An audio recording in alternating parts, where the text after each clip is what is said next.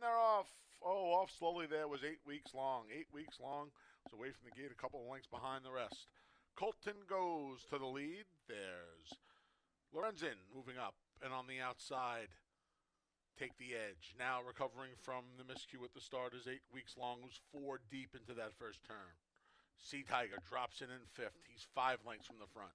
Then over the cap was a lot closer than usual today. And the trailer is Bushwick Bruiser. Around the first turn, they're led by Colton Goes. Colton Goes through a 25-2 opening quarter. It's Colton Goes a half length. Lorenzen in second. Now dropping back there was Take the Edge. He was just passed by 8 weeks long into third as Take the Edge drops back quickly in fourth, about to be passed by Sea Tiger. Three more to Bushwick. Bruiser over the cap trails now. He's about a dozen lengths from Colton Goes. 50 seconds flat for the half mile as they make their way to the far turn here at Finger Lakes. Colton Goes has been there from the start. Lorenzen has kept him in his sights the whole way. 8 weeks long. Anthony Rodriguez trying to motivate that one from third. Sea Tigers 7 lengths from the lead. Take the Edge has been under a ride for about a half mile. So too has Bushwick Bruiser, who just passed Take the Edge. Over the cap still has a lot to do. Colton goes through 1:15.4, trying to take him gate to wire. 8 weeks long with dead aim on him here as they're off the turn and into the stretch. Colton Goes. Stephen Fretz shakes him up past the 3/16 pole, and he responds, opening up a 3-length lead. Up the inside, Take the Edge. 8 weeks long still there. Down the center, Bushwick Bruiser and Sea Tiger. Deep stretch. Colton Goes. Colton Goes by 4. Then Sea Tiger and Bushwick Bruiser for second. No doubt about the winner. Colton Goes with diminishing 2.5 lengths. Dead $2 exact to 1-3, 121 even. 50-cent try, 135, 130.25. And the 10-cent super, 1357, $61. And they're off. Disco Princess first to show. Now towards the inside, the favorite Sky's Winning Bid takes the lead. It's Sky's Winning Bid a length. Moving up on the outside, there's Bella Mama as Disco Princess drops in along the rail in third. 3 wide on the turn is Joy Herrera trying to get into contention, and 4 wide is Toast of Success. They're stacked up 4 across the track as they're midway around the clubhouse turn, led by Sky's Winning Bid.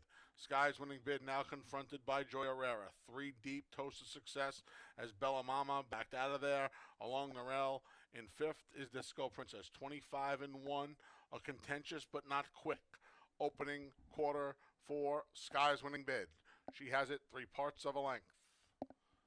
Joy Herrera, Jackie Davis sitting chilly with Joy Herrera in second. Toast of Success drops back just a bit in third. Disco Princess under a ride in fourth through a 52nd half mile. The trailer's Bella Mama, Sky's Winning Bid, and Joy Herrera. These two as a team. They've left the others a half a dozen behind. As Toast of Success is struggling, so Disco Princess, Bella Mama from the back.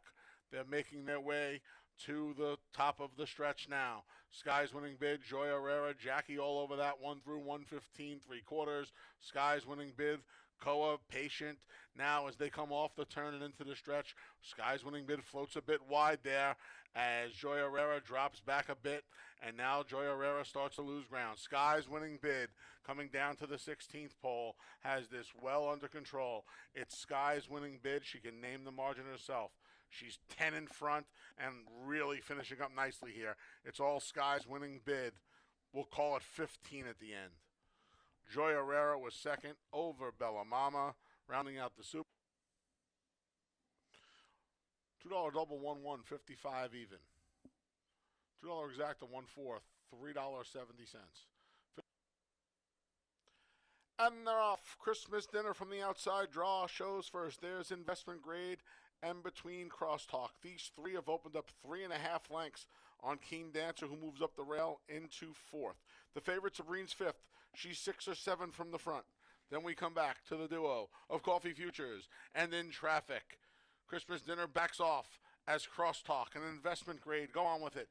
These two set an opening quarter of 22-3. Now Christmas dinner re-engages from third. Anthony Rodriguez says, let's go now, Christmas dinner. And they quickly go around the top 2 and take a 1.5 length lead. It's Christmas dinner, Investment Grade and Crosstalk both under drives. Here's Sabrine from the back as the field makes their way off the turn and into the stretch. Christmas dinner leads them through a half and 47 flat. It's Christmas Dinner. Investment Grade trying to battle back. So too Crosstalk. Sabrine trying to gain ground. Keen Dancer up the rail. They're coming to the 16th pole. Christmas Dinner's almost home. Sabrine with a final rally. Sabrine coming with big strides. Keep an eye on Sabrine. Sabrine got Christmas Dinner.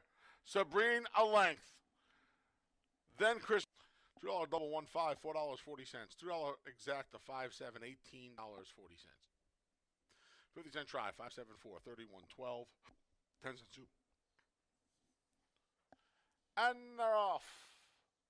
Hardly working from between at the rail. There's Dance with Jake, and on the far outside, Riley B. These three have a better length. On bench press, who moves up into fourth.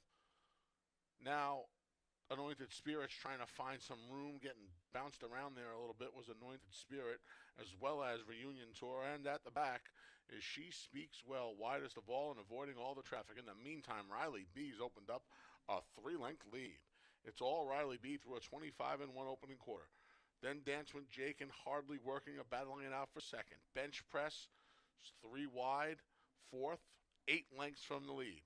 Then we come back to Reunion Tour and Anointed Spirit, and another half dozen or so to She Speaks Well, who's already 15 from the leader, and it's Riley B. Riley B takes them up the Finger Lakes backstretch, a dwindling 2 lengths, as Dance with Jake gets closer through a 49-3 half-mile time. Riley B put the pedal to the metal there, but they caught up. Here's Dance with Jake, Hardly Working. A 3-wide Reunion Tour swims into action. Bench press lost a spot. Anointed Spirits at the rail. She Speaks Well's closer, but still far back. Riley B still leads him. Riley B trying to see this through. Dance with Jake under a drive at the rail through a 1:14 2 3/4 time. Off the turn and into the stretch. Riley B goes a little wide off the turn. Heeman Harkey trying to keep this one together for another 1/8 of a mile or so. It's still Riley B. Here comes Anointed Spirit. Here comes Bench Press. Here comes Reunion Tour. They're all trying to gun down Riley B, whose strides are shortening. Riley B. Here comes Anointed Spirit. Anointed Spirit with dead aim. Riley B. Anointed Spirit. Riley B. Anointed Spirit. Riley B. held on. Would not be the 50 cent pick 4, 1157, $121.25. Race 5 comes up next. Kicks off to the gate. And they're off. War Smoke for the lead. There's Noah's Destiny, and the wipers on the bus.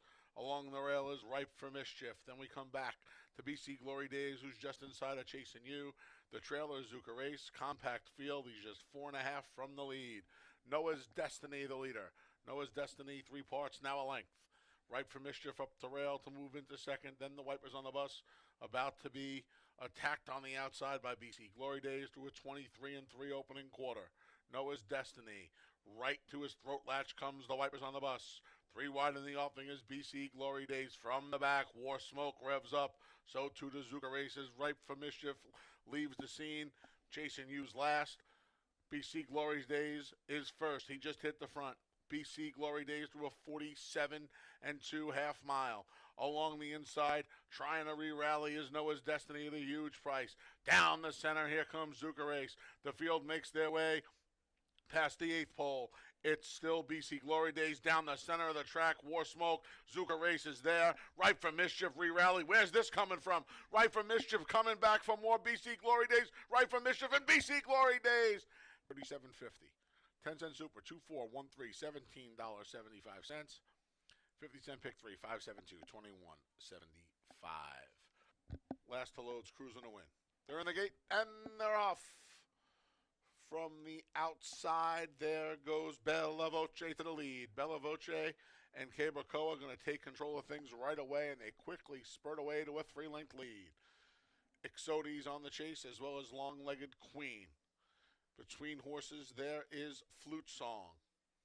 Flute Song's just inside of Cruising to Win.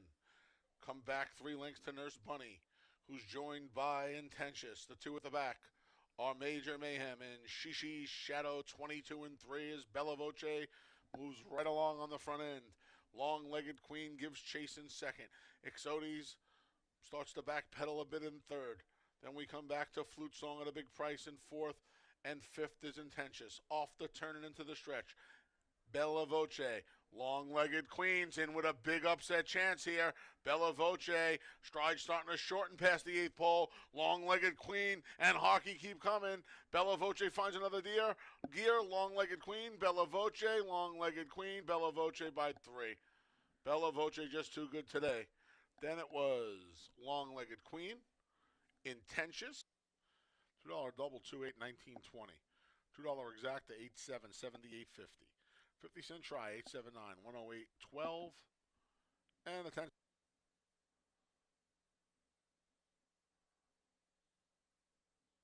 And they're off. Off a little slowly. There was Money Making Kaz. A bunch of them out there for the lead. No one really aggressive for it. There's Hot Rod Lincoln to his outside tunnel vision. Then Vibe Setter and Redemption Road to the outside bunch. Vie for the front end. And now Nemo's Fortune's going to join them from the rail. So it's Hot Rod Lincoln.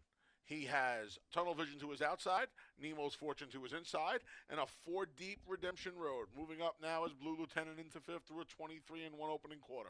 Following Blue Lieutenant's Uncle Vic. Backpedaling's Vibe Setter. Then we come back to Thundering March. And after the slow start, Money Making Kaz is about 15 from the leader. It's Hot Rod Lincoln, a long shot. Hot Rod Lincoln. Now Redemption Road.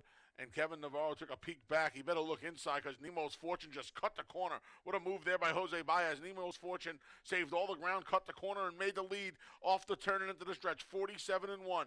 Nemo's Fortune, Redemption Road trying to fire back at him now. Thundering March down the center. Nemo's Fortune and Redemption Road. Nemo's Fortune at a big price. Redemption Road starting to get the better of him. Down the center, Thundering March. But Redemption Road dealt with Nemo's Fortune. He'll hold off Thundering March. Redemption Road a length and 3/4.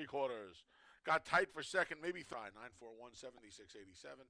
10-cent super, 9-4, 1-6, 152.10. Race 8 comes up next. The finale offers one-play show exacta. And they're off in the nightcap. Dharma breaks alertly today. Goes to the lead, but she's beaten to the punch by She's a Freud. The first are She's a Freud and Kevin Navarro speed off to a 2-link lead. Regenerator is in second. Now, moving up is Eddie's Rocket, the other firster. Back and forth is Shine My Tiara. Dharma broke alertly, but she's 5th, 5 lengths from the top. Then we come back to a backpedaling John's Gem, who was just passed by Joyful Departure. She's a Freud's in front through a 23 and 1 opening quarter. It's She's a Freud. Regenerator on the attack, and Harkey attacking She's a Freud right now. Up the inside comes Shine My Tiara.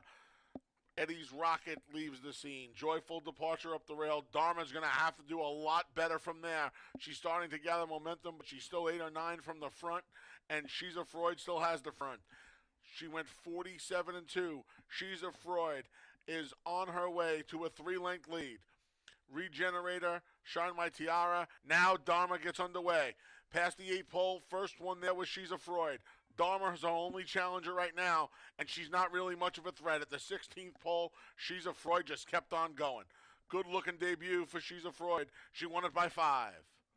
Then it was Dharma, Shine My Tiara. Regenerator rounds out the soup. $2 double, 9-6, 74 even. $2 out to 6-9, 35.80. 50-cent try, 695, $27.37. 10 cents.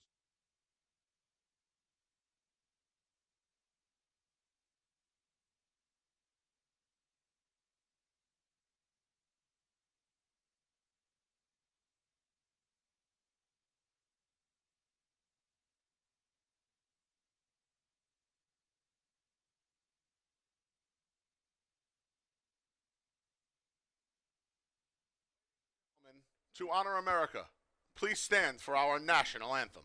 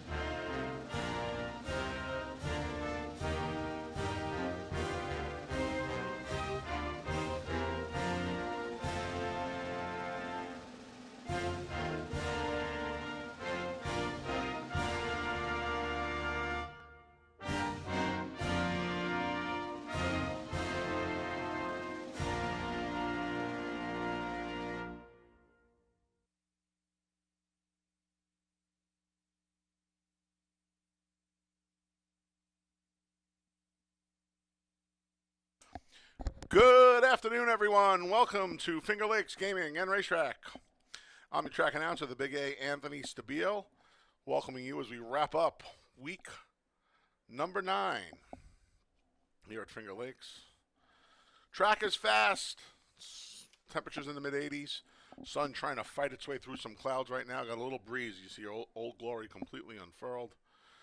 Carry over in the pick 6. Starts in race 3, $894. If you need PPs, head over to fingerlakesgaming.com. Courtesy of Equibase. They're free each and every racing day of the 2024 season. Here are the changes for today's races. In the first start of the early pick 4, you can scratch the 5 with no name. Race 1, scratch the 5 with no name.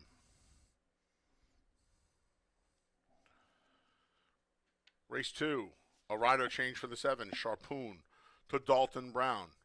Dalton Brown rides the 7, Sharpoon, in race number 2.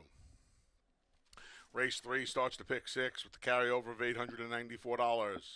$1 base play. Rider change on the 1, Roses Pepino, to Brandon Whitaker. Brandon Whitaker rides the 1, Roses Pepino, in race 3. Race 4 starts the 50-cent pick 5. Scratch the 4, Central Capital. Scratch the 6, Flattery's Music. Again in race 4, scratch the 4, Central Capital, and the 6, Flattery's Music. The late pick 4 begins in race 5. Scratch the 1A, Rhymes Like Dimes, and a rider change on the 6, Noble Journey, to Emmanuel De Diego. De Diego rides the 6.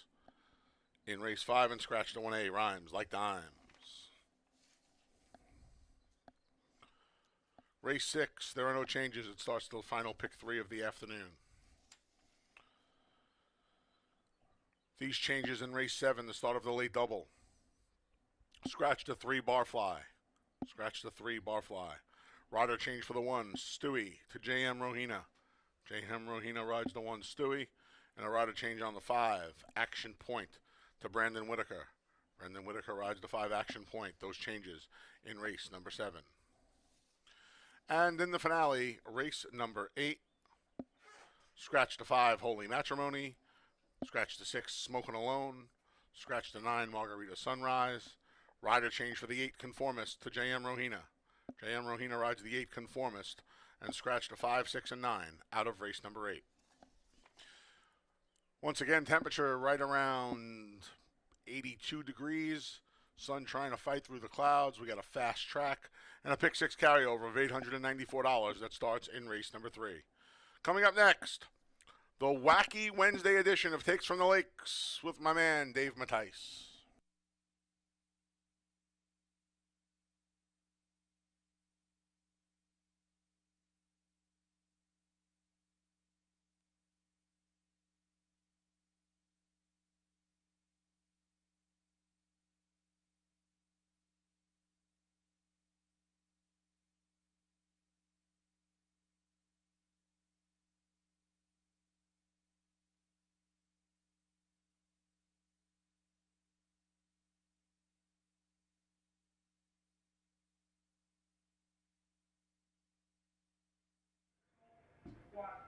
And welcome everybody to Finger Lakes Gaming and Racetrack. This is the wacky edition because Anthony's not with me today. I got the card to go over by myself today. We got 8 races on the card.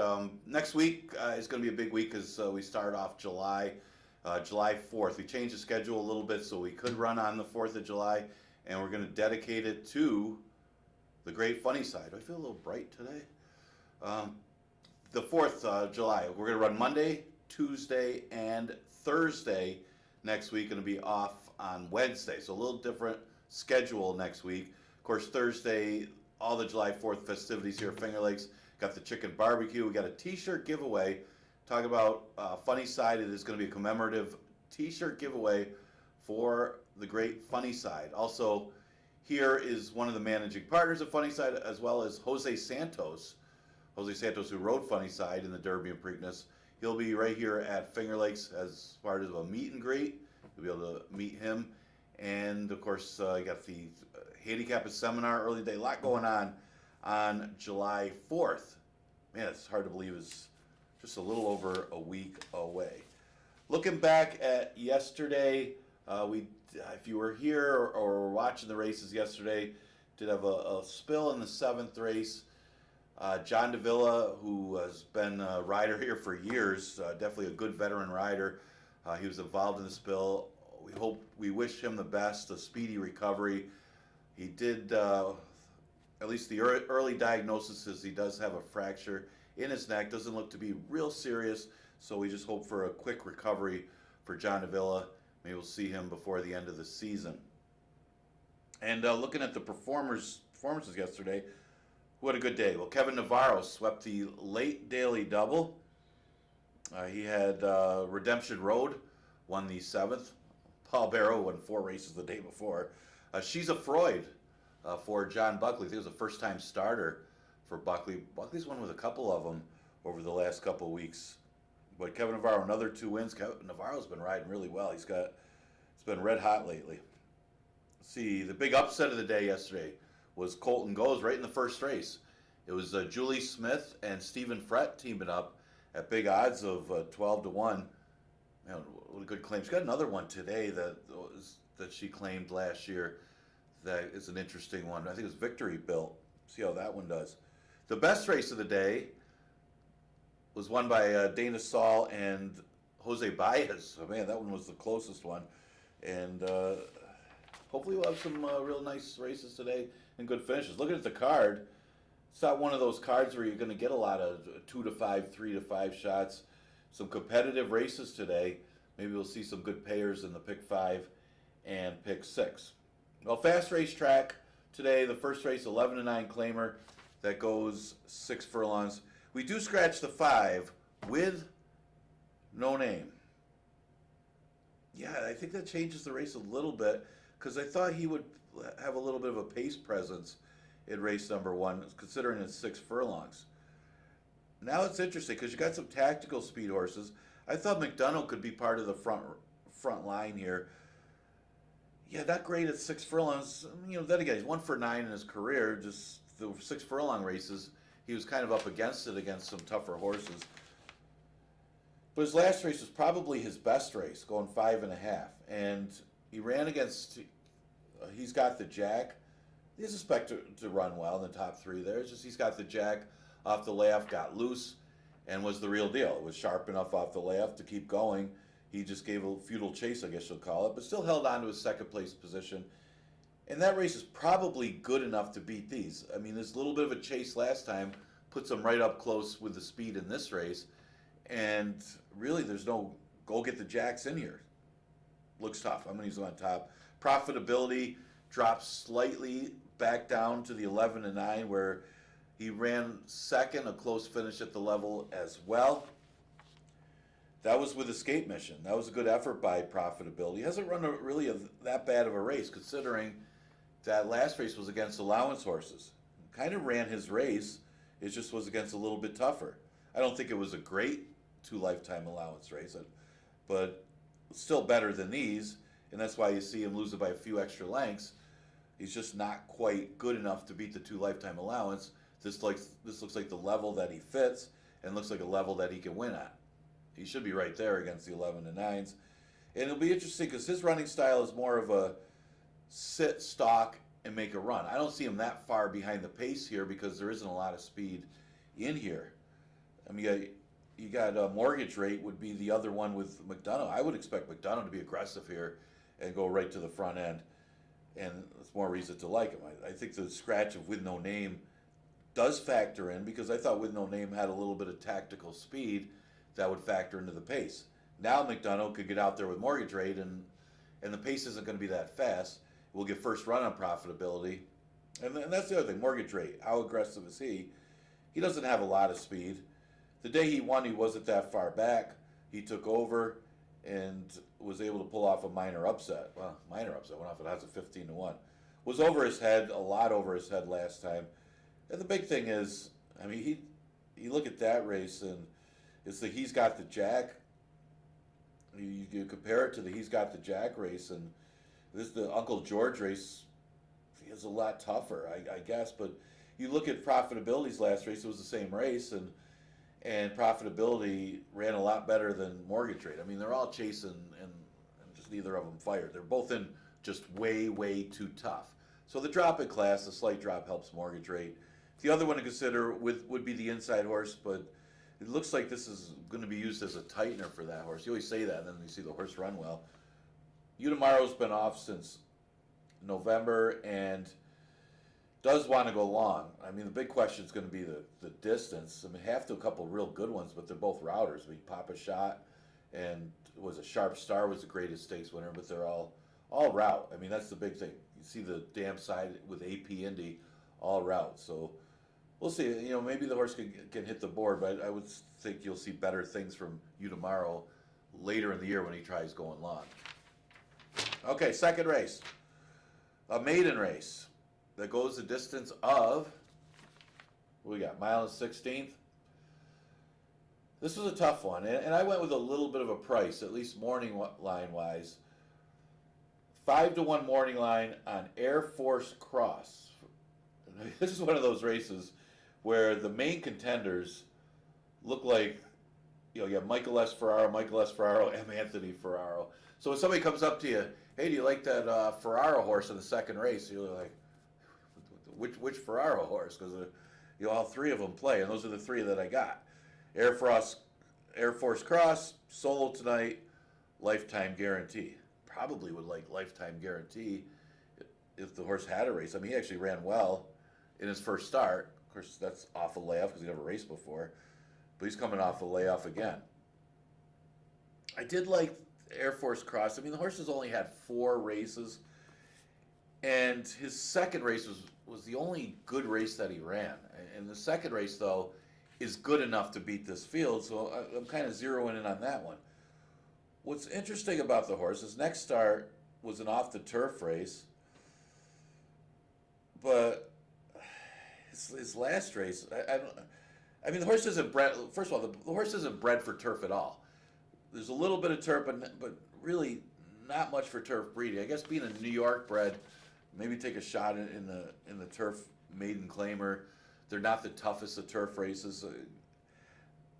Maybe they forgot to put the main track only when they entered the horse for the turf, but he didn't run at all in that race. Now comes the Finger Lakes, now in the hands of M. Anthony Ferraro. I mean, this is a horse that was well met, a $70,000 yearling, bred better for the dirt, obviously. But here's the other thing. Could this one be the speed of the race here in race number 2? Again, looking at tactical speed. I mean, foot traffic looks like the possible speed. I don't know how long that one's going to last. I thought Air Force Cross has got enough tactical speed. He's going to be up close, if not with the front runners. And you look at that race in his second career start. I know it's restricted for 3-year-olds. Ran third. I mean, and in a good field, they went 138 for the mile in New York on the dirt. That race is good enough to beat these. And even if he's just off of the pace, he's going to go buy these horses and win if he runs that race. Yeah, I don't know what was going on with the turf race last time. I don't think the turf is this one's thing. Yes, the 2 Michael S. Ferraro horses both play. You're going to give Solo Tonight the edge on sharpness. The 1 Lifetime Guarantee is probably the better of the 2 horses. That's kind of how I looked at it. Lifetime Guarantee took some money in his first career start, didn't break all that sharp, and came rolling late. A big effort, considering it was his first career start. He was a 3-year-old going against older horses in that maiden special weight race. The dam's a half to a couple good ones. I mean, Baby that ran here. Remember, that was a good sprinter and router. So this one is actually a half to Civil Service. Civil Service was a real good one for quite some time here, where the horse was running against some tough allowance competition, mainly in sprints, and then stretch out to the route, and still ran well in routes too. But overall, you look at both sides of Lifetime Guarantee, definite route. So that's where they're going, even in the first start of the year. Can win. I got the Ferraro family trifecta. Maybe you box them. I go 6, 5, and 1 in race number 2. It's got a little bit of a price on top. Okay, third race. This one goes a distance of 1.16 miles. We start the $1 pick 6. Good race. Real good race. I don't really think you can eliminate any of them. And it starts off, that's a good way to start the pick six. Dates Freedom's going to be a big favorite off of the last victory in a similar condition against similar horses. So off the win, he's got to carry 126. Coach Bahi's got to carry 126, and the new shooter here, Rose's Pepino, also 126. But they're only giving away 2 pounds to the rest of the field, so still a pretty good optional claiming allowance race. Dates Freedom's going to take some play off the win, a logical horse. The only thing I say, it did take some money and will be the favorite again. But could Dates Freedom have gotten a better trip? I like Coach Bahi because he had the tougher spot. He had a tougher trip in a sense because you watch him early, he was wide. Especially that first turn. The presence of Honorable Avenue in that race, along with Maddie's Express, who's again in this race, made Coach Bahi, or forced Coach Bahi, to be 3 wide pretty much the whole trip. And mainly that first turn is where you're going to lose all that ground. Still, Kevin Navarro did a good job rating him as much as he could, but he's wide on those turns. So you're going to lose a little bit of ground. And then still made a run by Maddie's Express, who was the speed. And Dates Freedom, who got the perfect trip up the inside, just barely beat him. So to me, I thought Coach Bahi ran just as good, if not better, than the winner, Dates Freedom. With that in mind, I think he could work out a better trip than Dates Freedom this time and maybe turn the tables on Dates Freedom, who beat him last time. So, just look at the trips and look at the race. I thought Coach Bahi ran extremely well, considering he was wide, while Dates Freedom was able to save all the ground and come up the inside. My opinion, and I'm going to go with Coach Bahi on top. Another one that you could make a case could turn the tables on Dates Freedom, and maybe both of them, is Don't Poke the Cat. You watch Don't Poke the Cat. Keep in mind it was Don't Poke the Cat's first race of the year, and it was in a rout. This horse made a big move. Of course, we've seen this from Don't Poke the Cat before. You make a move at the wrong time, he does kind of hang a little bit and flatten out. It's all about making that move at the right time. You look at last year, he did that a lot. Finished second and third because he would make the move and then kind of flatten out, and the other horse would come back on. Of course, the one day he won by double digits. But that race, yeah, he came up the outside, made a circling move, was going by both of them. Coach Bahi and Dates Freedom was coming up the inside and just flattened out. Maybe with that race, that route under his belt, he's that much sharper this time that move is good enough to beat him. Now, he's going to get the same kind of pace scenario, with the exception of Honorable Avenue being out, but you still got Maddie's Express and Coach Bahi as the 2 speeds. To me, I think that gives Coach Bahi a better trip because he's not hung out there 3 wide with Honorable Avenue and Maddie's Express, and this time he's inside of Maddie's Express. I think that makes the difference, and I think that gets him to the winner's circle. A little bit of value, 254, because Dates Freedom's going to be the heavy favorite in race number 3. Hey, 4th race, scratch the 4, Central Capital. Scratch the 6, Flattery's Music. Again, I'm looking at post positions, looking at trips, and of the main contenders in here, I thought Baby Fade might be the one to get the trip. Ran into Ouch That Hurt, another one from the Barrow Barn. They're all firing. It doesn't matter if they're off the layoff or they're not. Ouch That Hurt kind of rated off. Bad Connection Bad Connection's in the race again. Bad Connection sent to the front from a 3-post. A little different now because Bad Connection's way out there. So I think Baby Fade from the rail, probably going to break to the front. Maybe let Bonfire Diva and Bad Connection, if they're really being annoying outside of him, go to the front. But if he outbreaks them, I can see Baby Fade holding the rail in here. And if he holds the rail and doesn't have to go too fast with Bonfire Diva and Bad Connection outside him, can win the race. So it all depends on the break. And he obviously he doesn't need the lead. He may sit that pocket trip if he doesn't mind dirt in his face. But I see from that rail position, I think Baby Fade's got the advantage. Going to use him on top. The 5-horse Sweet Invasion, got to be a player in here. Forgive the last effort, and I'm gonna. It's 11-9. It was a tougher field, and now he drops back to 5,000. You look at the last time in for 5 was the waiver claim off the layoff. And off the layoff, this horse ran pretty well. I mean, War Tap's no slouch. I mean, War Tap's very well-bred horse, was well met early in that one's career, and was just better, although it was close. And True Destiny, the horse that was third, came out of that race to win. So it turned out to be a pretty good race for Sweet Invasion, considering that it's off the layoff. Again, wide trip against the 11-9s last time. We could forget it even happened. Maybe from a fitness standpoint, he's going to be as sharp as he's going to be. Third start off the layoff. And he's an obvious player. The tricky one is Banned from Midway. So Midway is that Chicago, the old Bears? I don't know. This was actually a half to a horse that ran yesterday. Actually ran pretty well yesterday.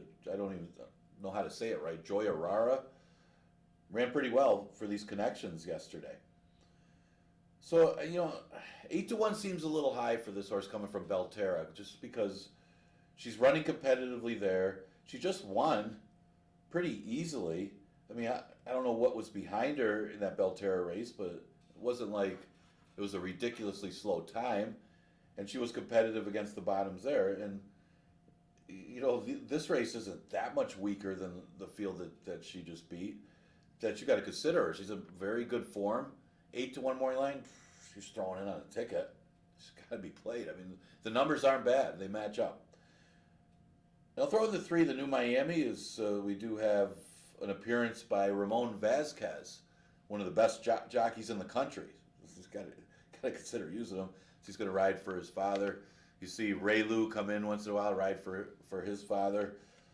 But New Miami plays. I mean, you look at the last race, ran a good second. I mean, you can argue that was an easier race, and it was. I mean, Miss Pab in traffic wouldn't beat this field, but she still ran well, and I think she could still run in the number. We got a good rider on it. It was the best rider in there. Okay. Big scratch because I like this horse.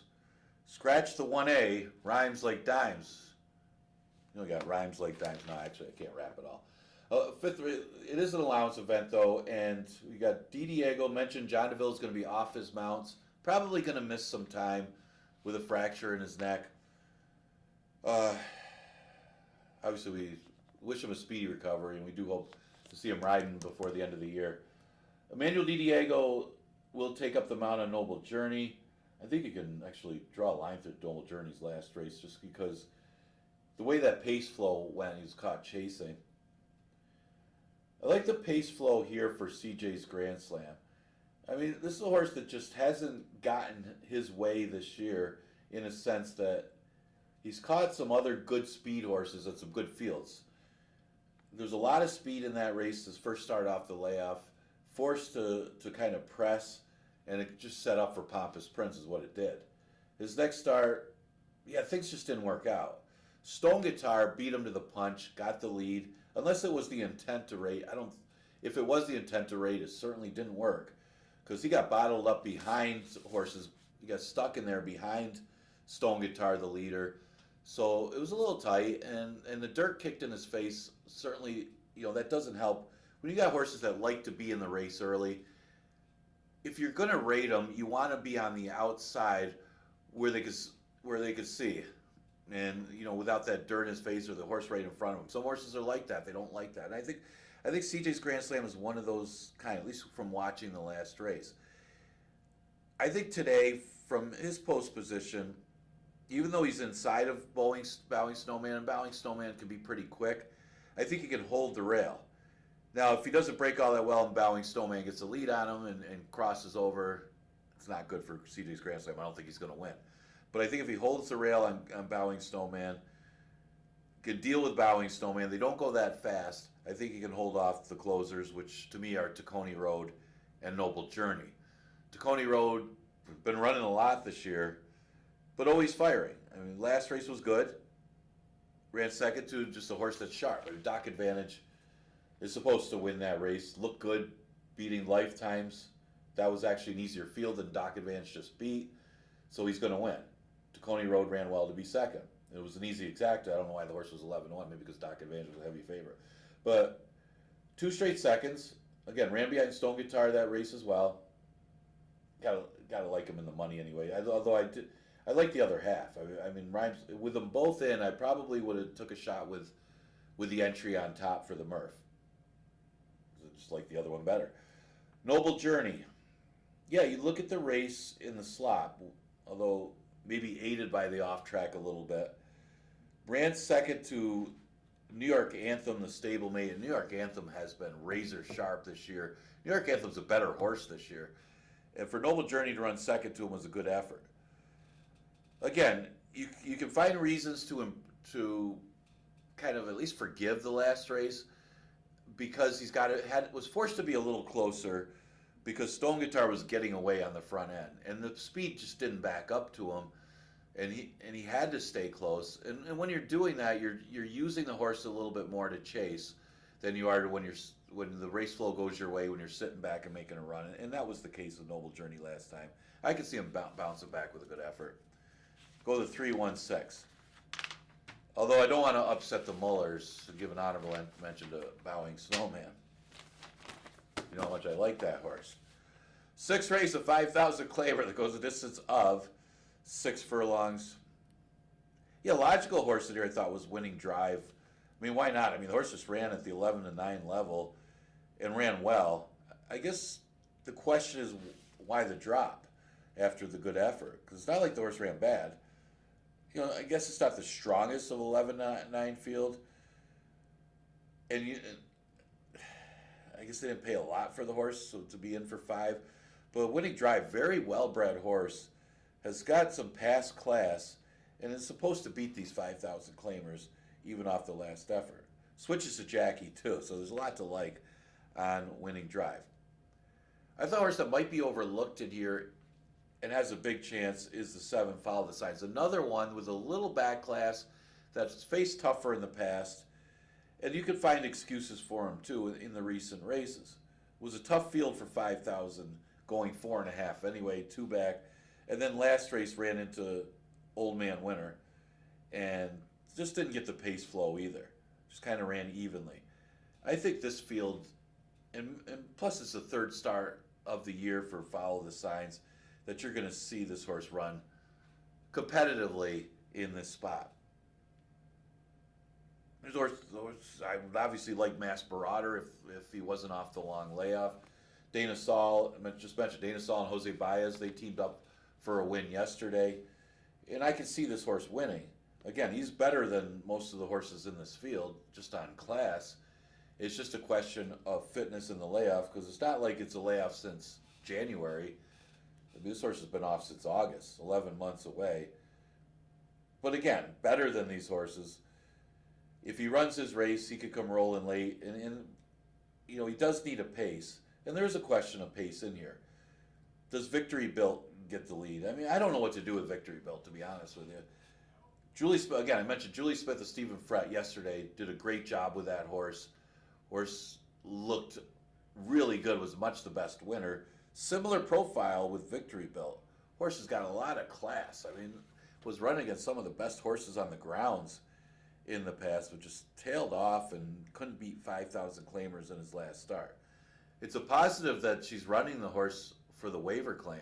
That's a big positive. Doesn't want to risk losing the horse for what she bought him for, or what her and her owner bought him for. So it's another one to consider in here. Wanted to mention Victory Built just because it could be an upsetter at 10-1 as well. The other horse that I thought you could play in the Super would probably be the 3 Tuck a Buck Away. Maybe not necessarily to win, because he's just got that one run, but the last effort was good for Tuck a Buck Away. There wasn't a lot of speed in there, and he still made he always fires, still made his one run and still hit the board. You can see it again. I'm going to go the 6-7-4-3 in the 6. Ripping right through this one. Yeah, I didn't like the scratch of the 7th because I kind of like the horse. The 7th race is a race that's crying out for a closer, isn't it? I mean, it's only 5.5. God Bless America is the closer, but the horse has been off for a while. The rest of them got to be close. You know, maybe Action Point also off the layoff. So your two horses with the closing sustained speed style are two horses that are off the layoff. Can the inside speed of the speed, Stewie, just simply keep going? Stewie's sharp. And just because the horse got second, don't think the horse is tailing off or not good right now, because it was the horse that he got second to. Don't lose Cruz, who's a real good one. I mean, they bet the horse like he already won. Talk about don't lose Cruz. He went off at odds of 1-9. When some of these players bet these horses, they bet with confidence. Don't lose Cruz looked like a 3-5 shot. And it looked like he's supposed to win. If he runs his race, he's going to win. But he did not look like a 1-9 shot. Either way, if you think Don't Lose Cruz is that good to bet the horse down to 1-9 in a good allowance field, then how good did Stewie run? I mean, Stewie got the lead, and he did a pretty quick first quarter for the day to get the lead, and still held a strong second against, again, it wasn't like there wasn't much behind him that Don't Lose Cruz is 1-9. That was a good field. And he's a clear second with a good field behind him. So to me, that makes me like Stewie. It's not like he's going to get away easy, though. I mean, East Coast Girl stepping up in class has got speed. Busting Credit isn't going to let them get away too much either. So I got that one on top. Busting Credit is an interesting one. I mean, you can't dismiss any Paul Barrow horses the way they're going right now. And he could have a similar trip as he had. Look, you got to look back to last summer. I mean, he's technically a horse that likes to be in the race early with some speed, but he's going to be outside today. He's going to get a good look. He's going to get a similar trip as last time. I don't think he's going to be able to take over when he took over last time, because the speed's going to probably get away from him a little bit, but he can stay close enough that he's got a chance to chase these down. Sharp right now, won off the waiver claim last time and can win again if Stewie doesn't have it on the inside. The tricky read is the 6 East Coast Girl. Now, already mentioning Carl O'Callahan, I mean, who's a Stone Guitar. He's got the horse in the last. Stone Guitar, he claimed the horse for $5,000. I mean, you can look at Stone Guitar's PPs. Claimed the horse for $5,000, put him right up into the one state break condition, and won. What a great training job. Of course, didn't even have the horse long. I'll just say it was just a great move by Carl O'Callahan. Trying to do something similar with East Coast Girl. A little more time off, though, for East Coast Girl, but got a bullet work into him. Stewie's not in the race. He's inside of Busting Credit. You probably would like him a lot more because of that. But with Stewie in the race, it's going to be a tougher trip for East Coast Girl. How good is he? Obviously, he had some class. The horse ran in a New York Stallion Series stakes race, was running against allowance-type competition before. So it's not like it's a big step up for a horse that's just a humble $5,000 horse. This is a horse that's got some back class. If you can find a way to get this horse to run back to those races. The other thing is, I say he's not a $5,000 horse. He whooped them. He beat those $5,000 horses like they weren't even in the race last time. So could be a legitimate allowance race horse as it is. 176 for me in race number 7. Said it was the wacky version of Body by Jake's Takes Lakes or whatever that is. Scratch the 5, Holy Matrimony. I like that horse, so that affects my pick. Scratch the 6, Smoking Alone. You get a couple horses that have some back class in this one. Number 1, Dylan, drops to the bottom out of starters. Conformist was in for the waiver claim last time. Former stakes horse. Oh, what are you going to do? And it just mentions Stone Guitar. And it's not like Stone Guitar ran that bad off of the allowance race. Just couldn't make a clear lead. I'm going to go with number 1, Dylan. I'm a little concerned about what kind of trip he's going to get here. You know Stone Guitar is going to have speed. You know Conformist is going to have speed. He's inside of him. I mean, does he let those two clear and sit a nice trip in third? I mean, that would be great, but you can't always count on that either. So I'm a little concerned about the trip. One thing I'm not concerned is the horse got the class to beat these 5,000 claimers. Yeah, he's been good here. 10 wins at Finger Lakes, four of them at this distance. Last race wasn't good, but it was against much tougher competition. So not good against those horses is still good against 5,000 horses. The previous two starts are good. I mean, he was up against Not Away and Limit Up the race before. Not Away and Limit Up would absolutely destroy this field, and make no doubt about it. So if the last race, if you could forgive the last race for whatever reason, you don't even really need to use the horse. The drop it class alone makes you want to use number one Dylan. And conformist, you got to consider too. This is the Ontario County Stakes. Well, we just had the Ontario County Stakes the other day. The Ontario County Stakes winner back in 2021 has seen better days, obviously. Bet down to be the favorite last time. Didn't hold on very well. Maybe needed the race coming off the layoff. Could run better in here. And you always got to consider conformist just on back class. Jose Rohin will pick up the mount. And if this pace does take its toll, talk about Stone Guitar and conformist, and even number one Dylan if he makes an early move to get mixed up into it. Prepare for Glory is the true closer in here and the true good closer. I could see Prepare for Glory winning this race if things get a little hot early. I mean, it is 6 furlongs. And Prepare for Glory hasn't always had the best pace scenarios to get up to win. This always runs well. And plus, the last two efforts were at 5.5. Most of his wins were at 3/4. I could see Prepare for Glory winning, at least to be in the top 3. You got a good rider aboard. He could time it, but it's just a matter of being at the mercy of the pace and how the track's playing if they back up enough to him, because obviously he doesn't have much for early speed. So in the last, going to be 382. Actually, he gets hurt a little more by this couple other scratches, especially Margarita Sunrise. Would have pressed the pace even more. I could still see him going pretty quick for 3/4 in the last race. Enjoy today's card. It is going to be the last live race day of this week. Then we're into July. Man, we're into July already. At least the weather's been warm. Next week, we're going to be running Monday, Tuesday, and Thursday. So kind of a special race card on Thursday. No live racing on Wednesday. So Monday, Tuesday, Thursday. Thursday's July 4th. We are going to dedicate that day to the memory of the great Funny Side. We're going to have a t-shirt giveaway while supplies last, as well as a chicken barbecue for the July 4th festivities. So you want to be out for that day. Of course, you want to be out all week. So is there a better place to be this summer than just coming out here and watching some races and winning some money? I don't think so. Again, so that next live day will be Monday. We'll have a 1:15 first post. I'll see you then.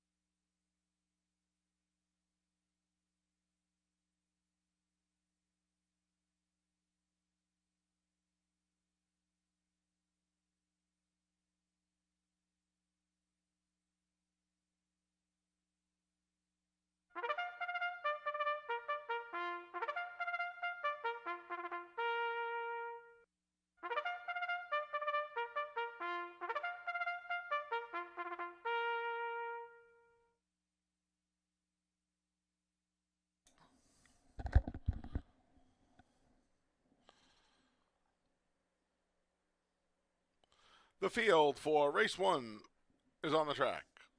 The 1 is Udamaro with Luis Perez.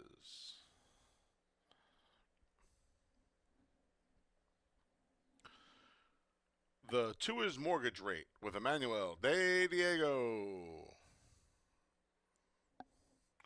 The 3 is McDonough. Carlos Camillo rides.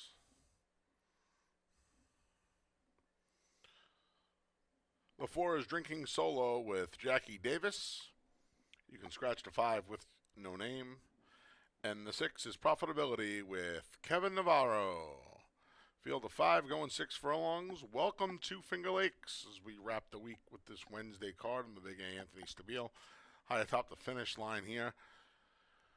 Early double, early pick 4 kickoff here. Profitability number 6. First winner of the meet. He went out first race for John Buckley and Kevin Navarro. Came back at this level and just missed. And then he came back off of he had improved off of the maiden win. He came back in a rough spot, man. Got into some trouble at the start.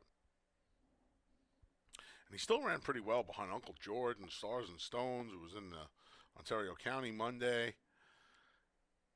You got to hope for a little bit of a better start. You never assume it's going to be trouble again. Break, sit, make one run.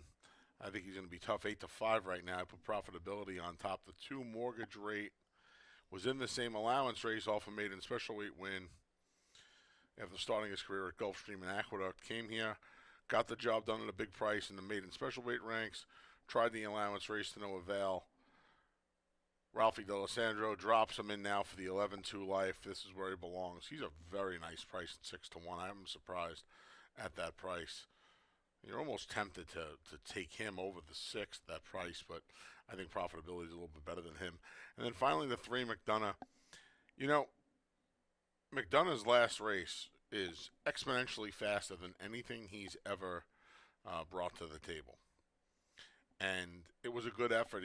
He kind of chased. He was chasing loosely, 3 lengths off the lead the whole time. He got gradually closer. He gets back to 6 furlongs. He's over 5 at 6 furlongs. And the barn is just not doing well right now. I thought McDonough would be a heavy favorite. Maybe by the time post time's in about 5 minutes, I would say. Maybe by the time they ring the bell, McDonough is going to be a shorter price. I don't want him as the favorite. Despite his last effort, I think you have to worry a little bit. That race was 9 days ago. I think you have to worry about him reacting negatively to that race. Like I said, it was 11 buyer points better than his previous high. And that came almost 2 years ago. So I put him 3rd, but he's almost a reason to bet the race if you know, the barn's not going well, and just was a very short price coming back in 9 days. 6-2-3 from me. Best of luck here. Again, pick 4 starts here. Don't forget free PPs, courtesy of Equibase over at fingerlakesgaming.com each and every racing day. Best of luck here in the opener on this Wednesday at Finger Lakes.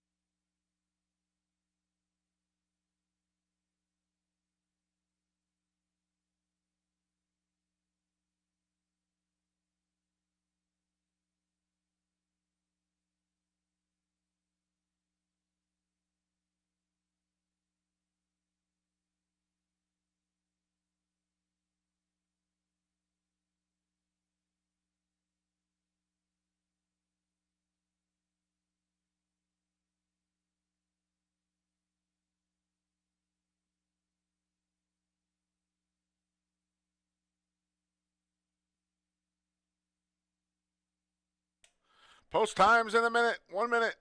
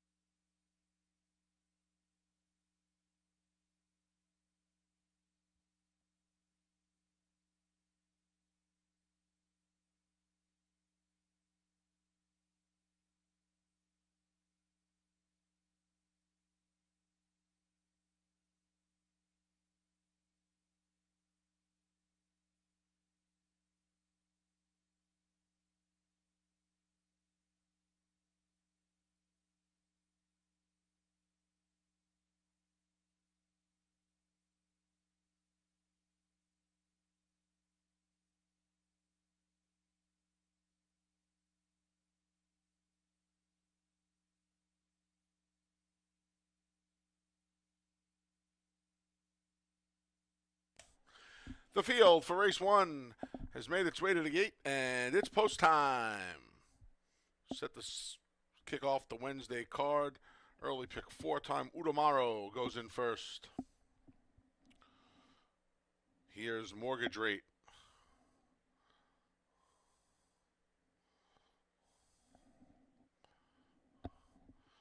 McDonough goes in.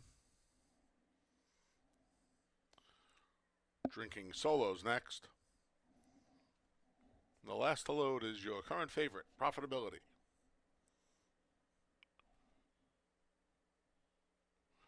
They're in the gate. And they're off. Profitability had a little bit of a stutter step start there, threw his head up just at the beginning. McDonough right to the lead. Carlos Camillo puts McDonough on the front end here. A host of pursuers. In fact, the whole field's chasing after him right now. There's Mortgage Rate. Between Profitability's recovered. They're 3 across the track now with Udamaro behind in 4th. Another 2 more. Back to Drinking Solo, who's 7 or 8 lengths from the lead. McDonough shows the way. He's got a head on Mortgage Rate through an opening quarter of 22 and 4. Profitability and Kevin Navarro ready to roll from 3rd. It's a gap of 8 lengths back to Drinking Solo, who just went past Udamaro. McDonough keeps rolling on the front end. Now Mortgage Rate Emmanuel De Diego sends him up after the leader, and a 3-wide. Profitability is ready to roll as well as the field makes their way to the top of the stretch. 46 and 3. Profitability just put his head in front of McDonough. Mortgage Rate battles on between. On the far outside, Udamaro. Along the rail is Drinking Solo. The field comes to the 8th pole. McDonough battles back. Up the rail comes Drinking Solo. Keep an eye on him. Mortgage Rate down the center. Udamaro. It's Udamaro with the momentum on the far outside. Udamaro from last to first. Going to get it done in the opener. It was Udamaro over Mortgage Rate and McDonough in 114 and 2.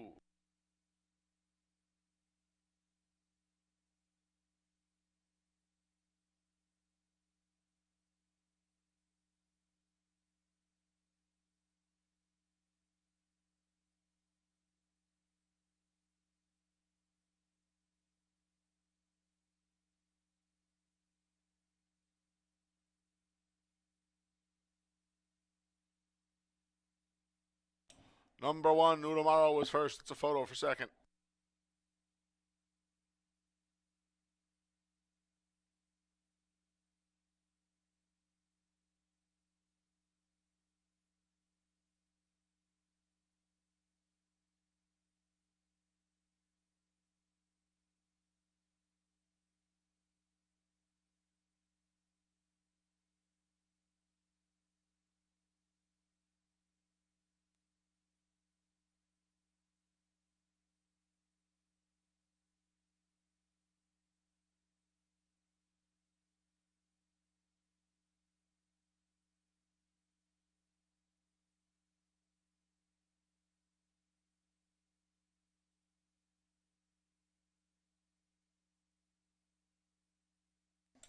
Number 2, mortgage rate was second. 3, McDonough third. 6, profitability fourth. 1, 2, 3, 6 here in the opener.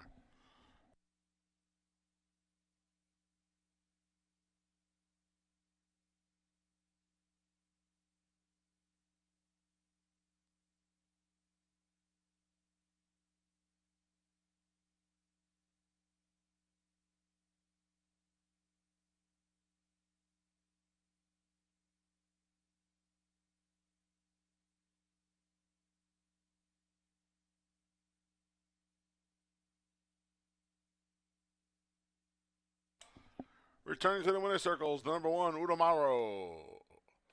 4-year-old gelding is the son of Cairo Prince out of the AP Indy mare Mindy Gold. The New York bred Udamaro is owned by Barry K. Schwartz and trained by Michael S. Ferraro, winning rider Luis Perez.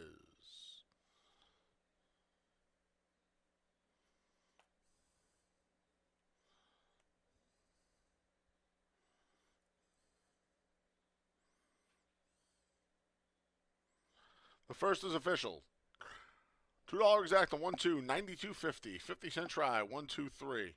40.75, and the 10-cent super, 1 2 3 6, $12.67. Race 2 comes up next. Kicks off the first pick 3 of the day. Rider change on the 7, Sharpoon to Dalton Brown. Put Dalton Brown on the 7, Sharpoon here in race 2.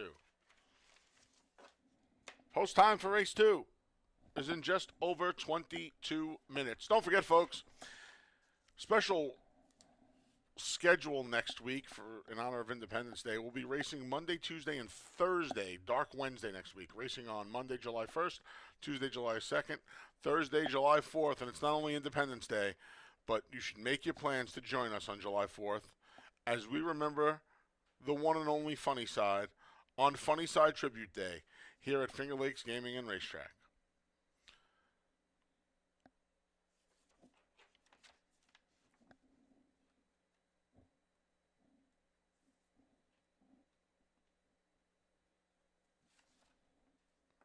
We'll have a Funny Side t-shirt giveaway in the lower clubhouse.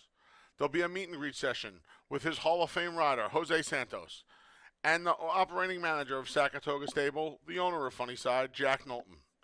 You can pick up your commemorative Funny Side photo, take a look at some of the many, many winning trophies of Funny Side that will be displayed here next Thursday, and we'll show all of his great wins in between our races here at Finger Lakes. There'll also be a silent auction of Funny Side memorabilia. But that's not all. In addition to the Funny Side activities, we'll have free Finger Lakes programs at both program locations, 2 how-to-bet seminars at 12:15 and 12:45, with one person in attendance winning a $20 wagering voucher just for coming to the seminars. And last but not least, the buttered spuds and everything that comes with it is back. That's right, Karuba's delicious chicken barbecue returns, serving on the clubhouse side from noon until 5. You get a half a chicken, some coleslaw, those buttered spuds and that garlic butter, and a dinner roll for $15 while supplies last. Rumor has it, I had more than one last time. It's a complete fallacy, but we ran out anyway. So make sure you get there early and often for the Karubas. You want to come out anyway on July 4th. Spend your day with us here at Finger Lakes Gaming and Racetrack as we honor the great Funny Side on Funny Side Tribute Day. That's next Thursday, racing Monday, Tuesday, and Thursday here at Finger Lakes Gaming and Racetrack for Independence Day. Hope to see you then.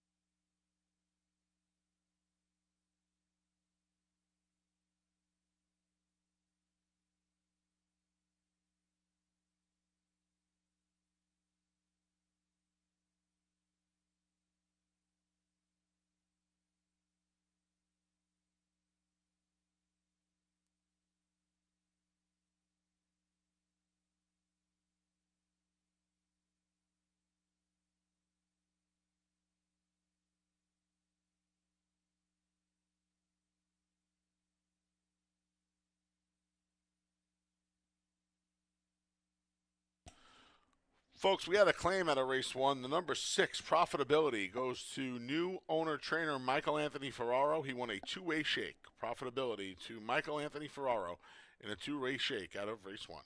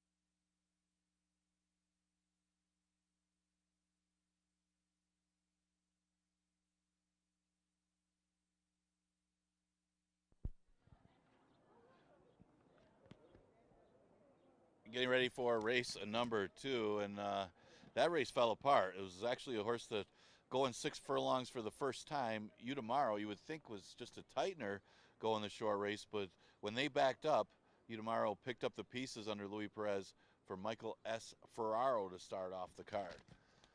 As we go to the second, a maiden special weight going a distance of 1 mile and a 16th.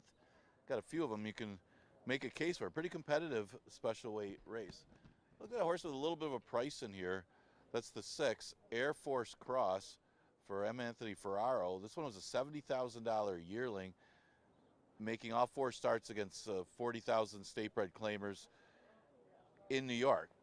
First couple starts weren't bad. Actually, his second start was his best career start, and it's good enough to beat this field if he can repeat that effort that he had going a mile. Then off the turf event on an off track and on the turf. So last time on a fast dirt racetrack, horse ran good enough to beat these. Not sure why he ran on turf last time in his shows. He just can't run on turf. He's got no turf breeding.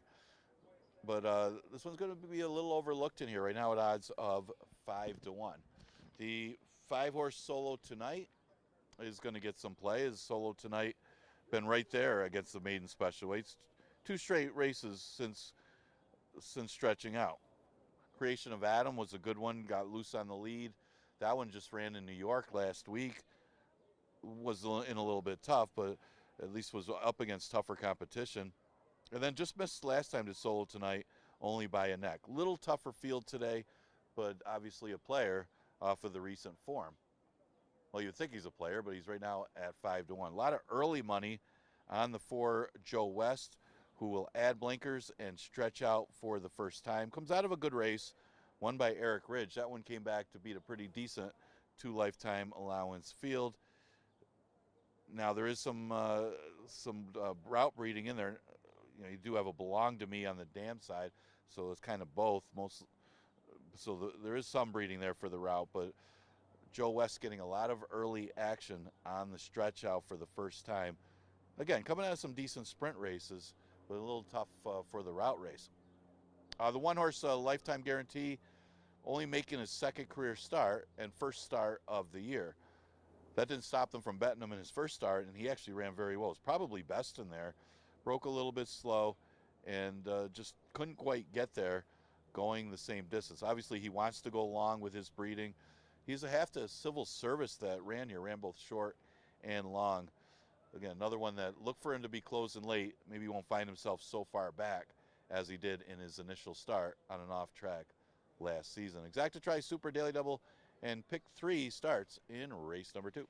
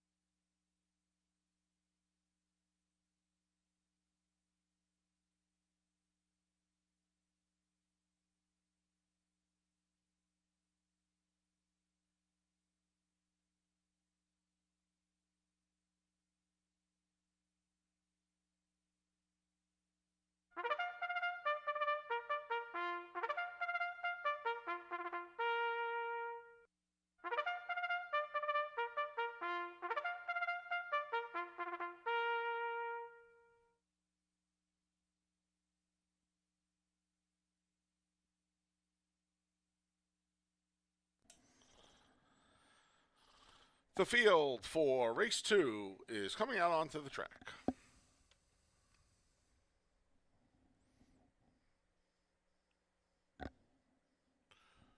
The number 3 foot traffic has been excused from the post parade. The 1 is Lifetime Guarantee with Cabracoa.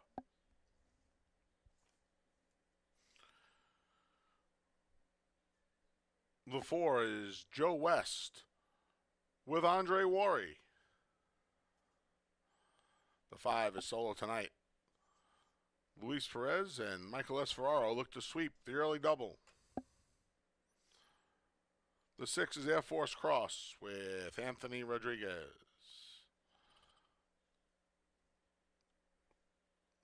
The 7 is Sharpoon. Please note the rider change to Dalton Brown. The 2 is Ollie Can Dance with Kevin Navarro. And there's the 3 foot traffic with Rafael Rohina Jr. We'll kick off the first pick 3 of the day here in the second. This, I thought, was the most wide open race of the day, and public seemingly agrees, is they don't know where to land in here.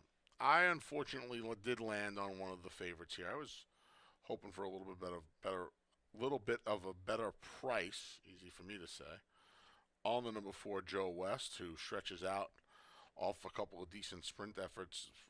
His first start off the layoff, I thought, was better than last time, but he ran into Eric Ridge last time, and Eric Ridge came back to win an allowance race, and now this son of Destin out of a long to me mare gets to stretch out, and I think the stretch out's going to be key for him here. And I also think he's the controlling speed, which could certainly help the cause. I know Udamaro passed them all in the first, but there was a contentious opening quarter.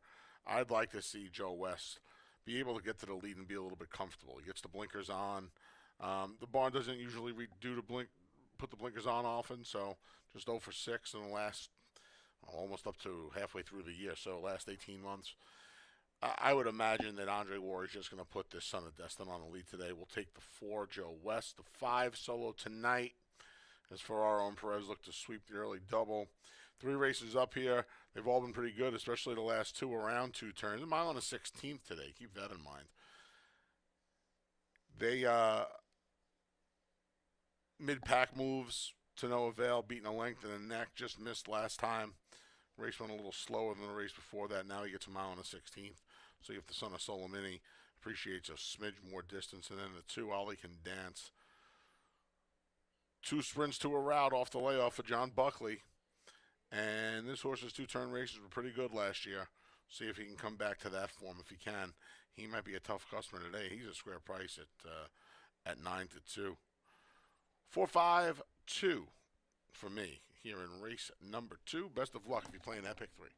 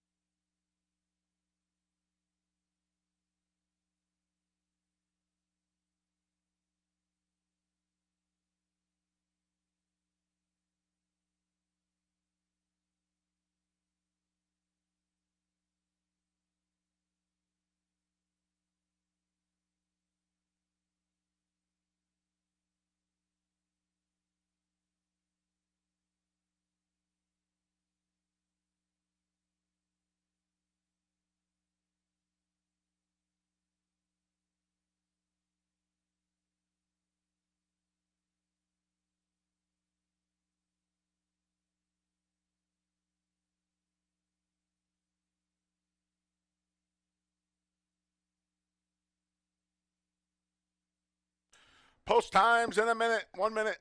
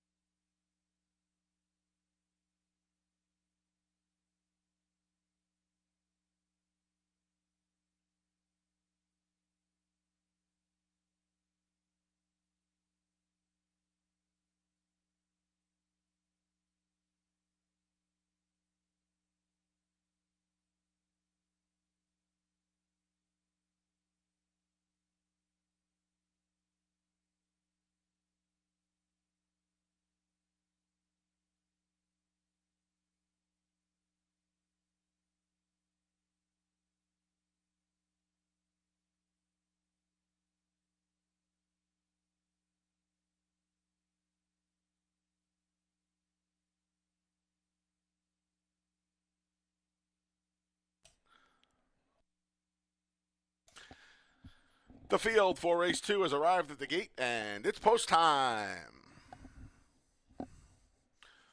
Our first mile and a 16th race of the season. 7 runners trying to break their maidens.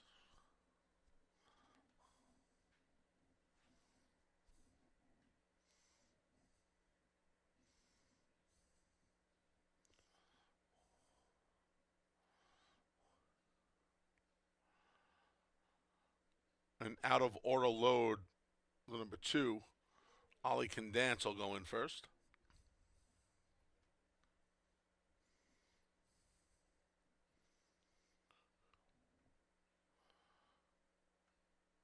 Next up is Foot Traffic. Now the favorite Lifetime Guarantee goes into his rail draw.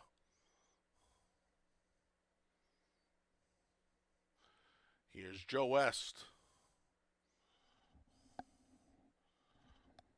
Solo Tonight goes in.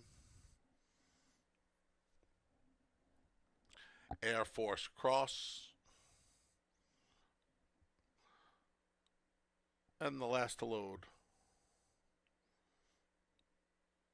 after Air Force Cross goes in, will be Sharpoon.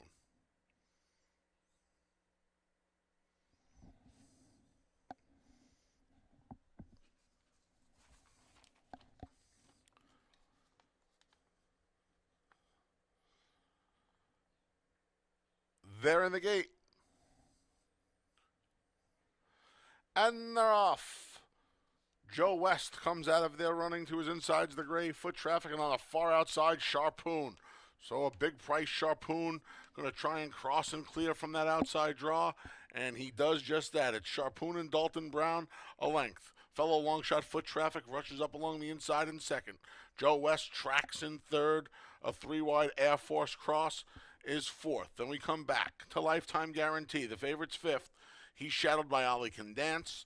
And at the back, that's Solo Tonight.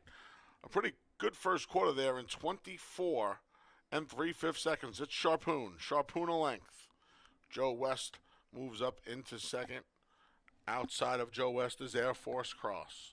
Left for position early, but dropping back now was Foot Traffic. He was just passed by the duo of Lifetime Guarantee and Ollie Can Dance. Solo Tonight still trails. 52nd flat half mile. Sharpoon. Sharpoon at a gigantic price. Leads a length.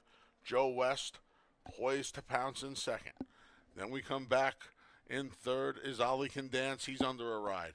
Lifetime Guarantee. Koa just lost a spot along the inside. He was shuffled a bit. Outside of them is Air Force Cross. Then from the back, Solo Tonight starting to muster a rally as Sharpoon gets out on the turn. 1:15-1 Sharpoon.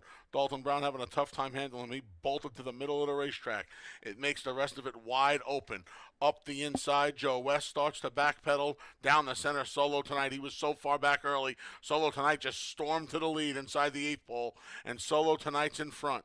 Left-handed urging from Luis Perez trying to sweep the double. Solo Tonight looks like he's going to do it. He's got an expanding 2.5-length lead. Battle for second. Air Force Cross and Ali Can Dance. Solo Tonight won it. Then it was Air Force Cross and Ali Can Dance in 150 and 3.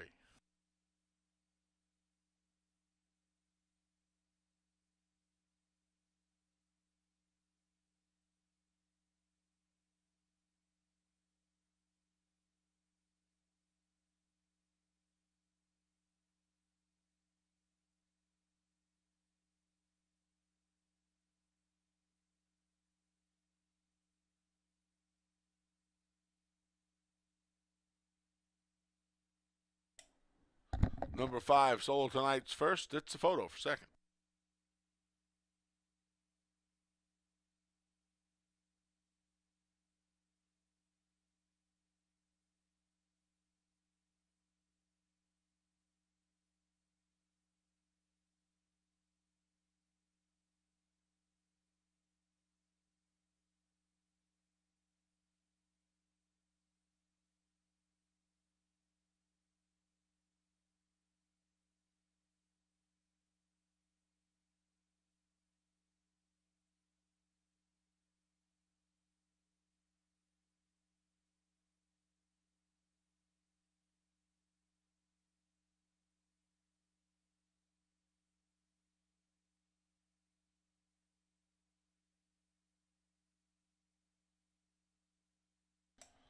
Number 6, Air Force Cross was second. 2, Ali Can Dance third. 1, Lifetime Guarantee finished fourth.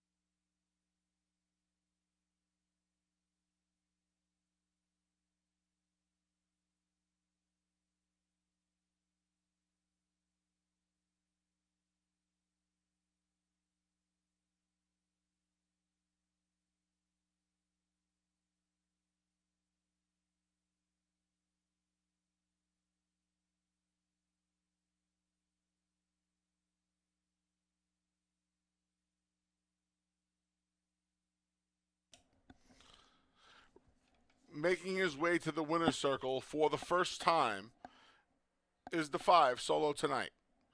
3-year-old Geldings of Son of Solomini out of the Holy Bull Mare, All Mine Tonight. A New York bred, Solo Tonight's owned by Michael Dorian, trained by Michael S. Ferraro. Winning rider Luis Perez. Ferraro and Perez swept the early double here at Finger Lakes, and it's official. $2 double. Ferraro Perez double, 1.568 even. $2 exact to 5.6, 55 even. 50-cent try, 5.62, 28.50. And the 10-cent superfecta, 5.6, 2.1, $10.65. Race 3 comes up next. It's the start of today's Pick 6. There's a carryover of the Pick 6 of $894. And here are the changes for the remaining races. Here in race 3, a rider change for the 1, Roses Pepino, to Brandon Whitaker. Whitaker rides the 1 in race 3.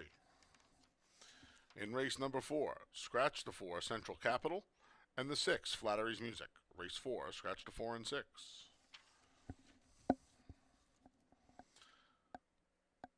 Race number 5. Scratch the 1A, Rhymes Like Dimes, and a rider change for the 6, Noble Journey, to Emmanuel De Diego. Race 5, scratch the 1A and put De Diego on the 6. No changes in the 6th.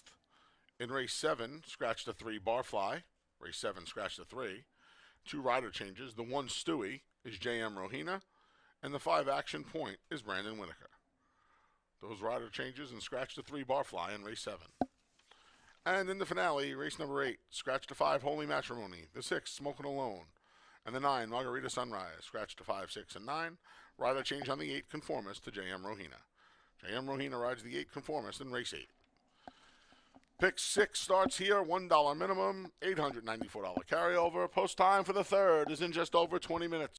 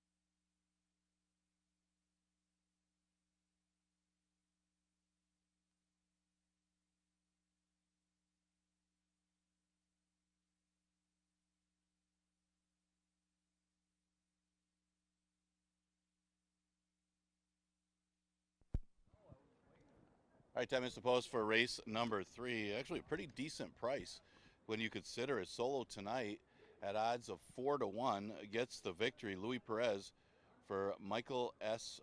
Ferraro. This still turned out to be a Ferraro Exacta as Air Force Cross ended up second. But let's start the pick 3 as Ferraro does sweep the early double, as he had Udamaro in the first, along with Luis Perez. Perez sweeping the early double with the Ferraro horses. Third race, this is a starter, optional claimer. And we start the $1 pick 6 small carryover, a little less than $1,000, but starting off the new pool. And a pretty good race here for the starters. You have some familiar faces. A few of them just met up the last time they ran the starter. You got Maddie's Express, Coach Bahi, Dates Freedom, and Don't Poke the Cat. All 4 of them met up on June 11th. So you could gauge a little bit from that race. Maddie's Express was inside of Coach Bahi, got the lead in there. Coach Bahi got hung out 3 wide because there was another one, Honorable Avenue, who had speed. So I thought Coach Bahi might have got the worst of it. Still came running, but Dates Freedom, getting the perfect trip, got up on the inside. I don't know if weight's going to be a big issue here. You do have 3 of them, because of recent wins, going at 126. The rest of them at 124.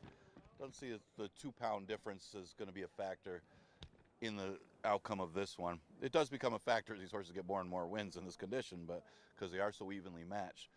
But Coach Bahi right now, really big price. Kind of like talking about the price on Solo tonight at 4-1. How about Coach Bahi early here at 9-1? Like I said, got the worst of it and actually ran extremely well, just to barely get beat by Dates Freedom in that race. Horses that are getting some play, yeah, Don't Poke the Cat. What an effort by Don't Poke the Cat, as the horse was off the layoff, made a big circling move. He's done that before. It always looks like he's going to win the race and then flattens out. Well, he was doing that last year when he was in the starters, and then put it together.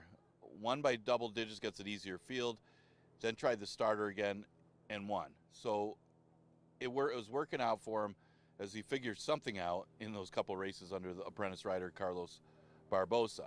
See if he figures it out today. Second start off the layoff. He's got that pace to run at between Maddie's Express and Coach Bahi. Dates Freedom's the logical horse in here, coming off the win. Again, he did get a perfect trip in that race. I mean, he was off a little slow, but it didn't matter.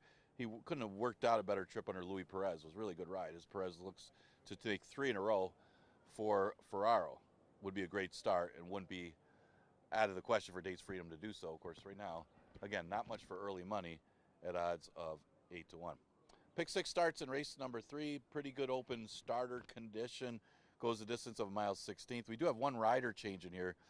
Brandon Whitaker on the 1, Roses Pepino.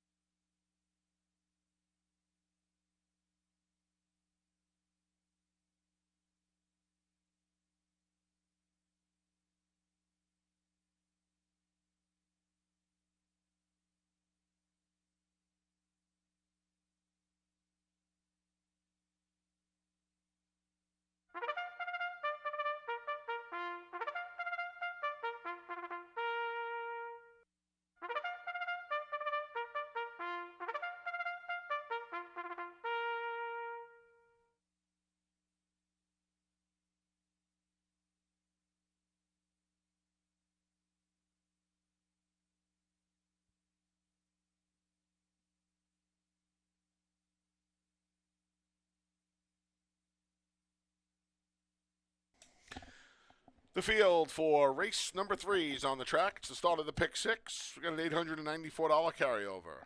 Here's the 2, Coach Bahe with Kevin Navarro.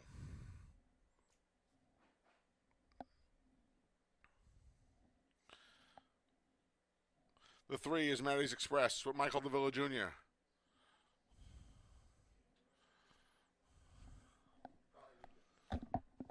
The 4 is Dates Freedom. Luis Perez and Michael Ferraro try to win the first 3 on the card. The 5 is Don't Poke the Cat with Anthony Rodriguez.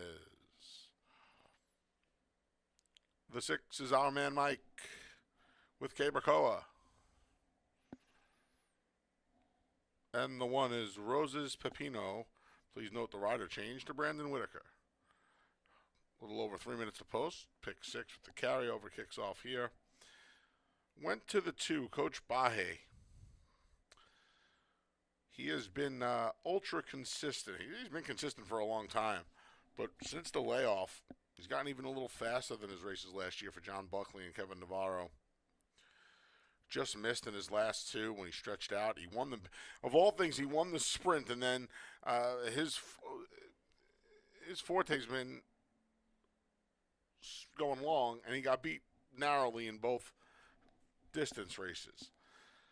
I'd like to see Kevin really be aggressive here. There's a couple of other speed types. What I mean by that is they've shown speed, but Coach Bahe has speed. The difference between people that hit home runs and guys that are home run hitters, right? David Wright, as a diehard Mets fan, he hit home runs, but he wasn't a home run hitter. Mary's Express has speed, but Coach Bahe's a speed horse. Just go to the front, keep going. That's what I'd like to see anyway. The 4 Dates Freedom took every single quarter in Ontario County last time in his first start up here for Mike Ferraro, back up here, I should say, for Mike Ferraro, and narrowly got the job done. It was a heck of a ride by Luis Perez, just coming through an hour opening along the inside and getting the money. I can't believe how quiet both of these horses are on the board. The betting Roses Pepino, 2-1. He was even shorter than that earlier. I guess shipping up from Mountaineer, they like the form. I don't like Roses Pepino. He comes from the moon.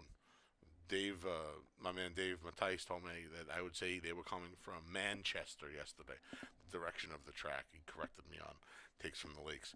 And then finally, our man Mike Ferraro didn't notice going in, obviously, but he's going to take 2 shots at winning the first 3 on the card. Our man Mike went to the bench in November. He's another one, loves the distance races. You know, I kind of feel like Senior felt like it's a complete waste of time running this horse short. So they just waited for the distance races. And he debuts him almost a month after he debuted him last year, but he gets to go to mile on the 16th instead of having to sprint them and not waste one. 2-4-6 for me here in race 3. Best of luck if you're playing the pick 6. Post times in a little over 2 minutes.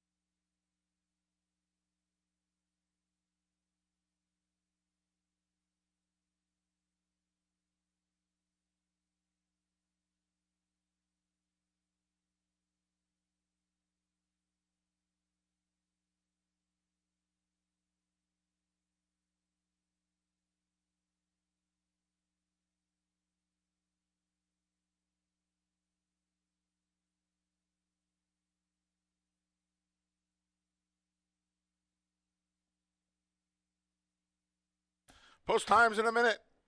Get those pick six tickets in.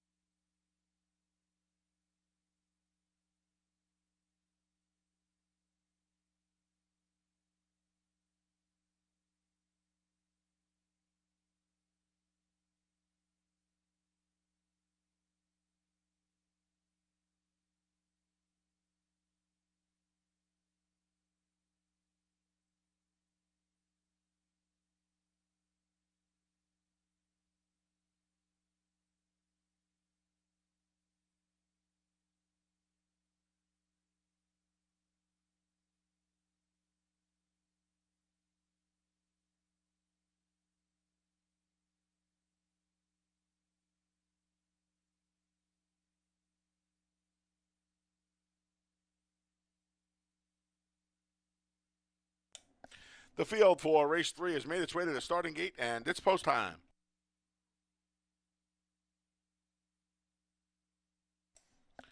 Set to load and start the pick six. Mountaineer Invader, Roses Pepino, the slight favorite, first to load.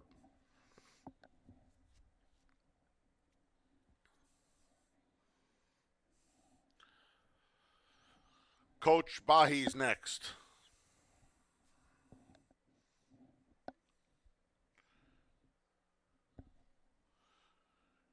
Longest shot on the board, Maddie's Express goes in.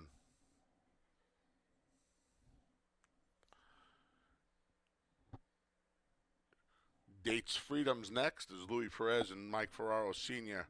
look to sweep the first 3 races on the card. Here's Don't Poke the Cat. The last to load is our man Mike. They're in the gate. And they're off. Our man Mike shows some speed now. Coach Bahi from the inside and Maddie's Express from in between goes to the top. It's Maddie's Express a half length. He has Coach Bahi to his inside, and rushing up is Dates Freedom of 4 wide. Don't poke the Cats there as well as they go into the clubhouse turn.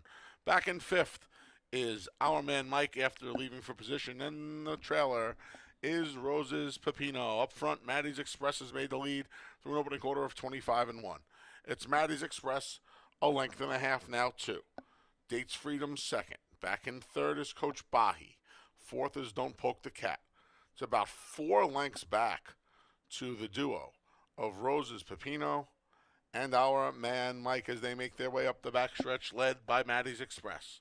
Maddie's Express, Dates Freedom. Louis Perez has a snug hold of that one through a 50-1 half mile. Dates Freedom's ready to roll, as is Coach Bahi. Those two are within 2 lengths of the leader. It's a gap of 3 more back to a struggling Don't Poke the Cat. To his inside, Roses Pepino starts to get going, and at the back of the pack is our man Mike. They're midway on the far turn, and Maddie's Express has built a 5-length lead. Dates Freedom's now under a ride. So too's Coach Bahi through 3 quarters in 1:15-1. The field comes off the turn and into the stretch past the 3/16 pole.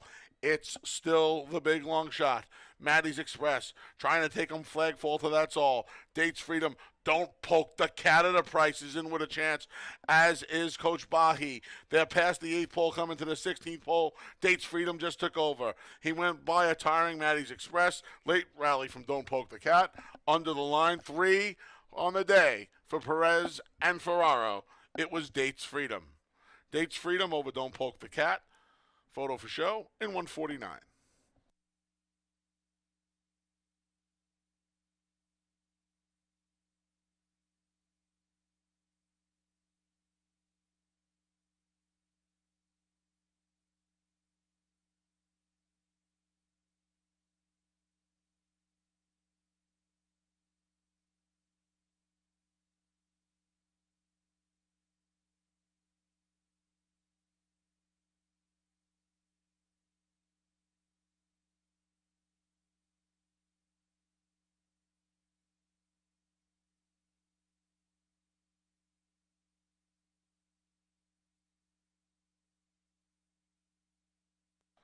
Number 4, Dates Freedom was first. It's a photo for second.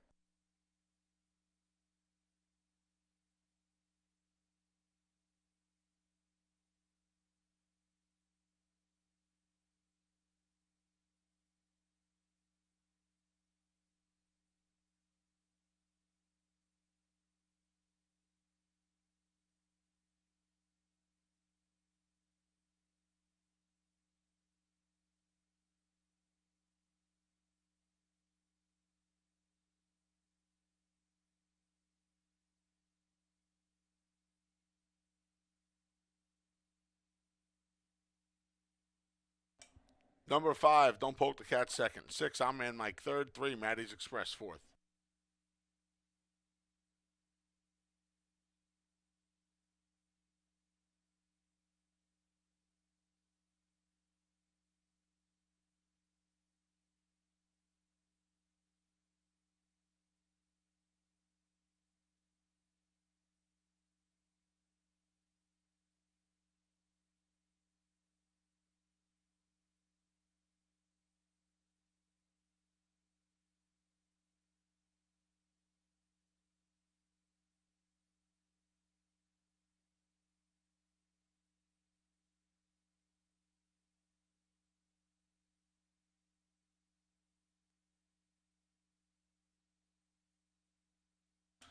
Returning to the winner's circles on number 4, Dates Freedom.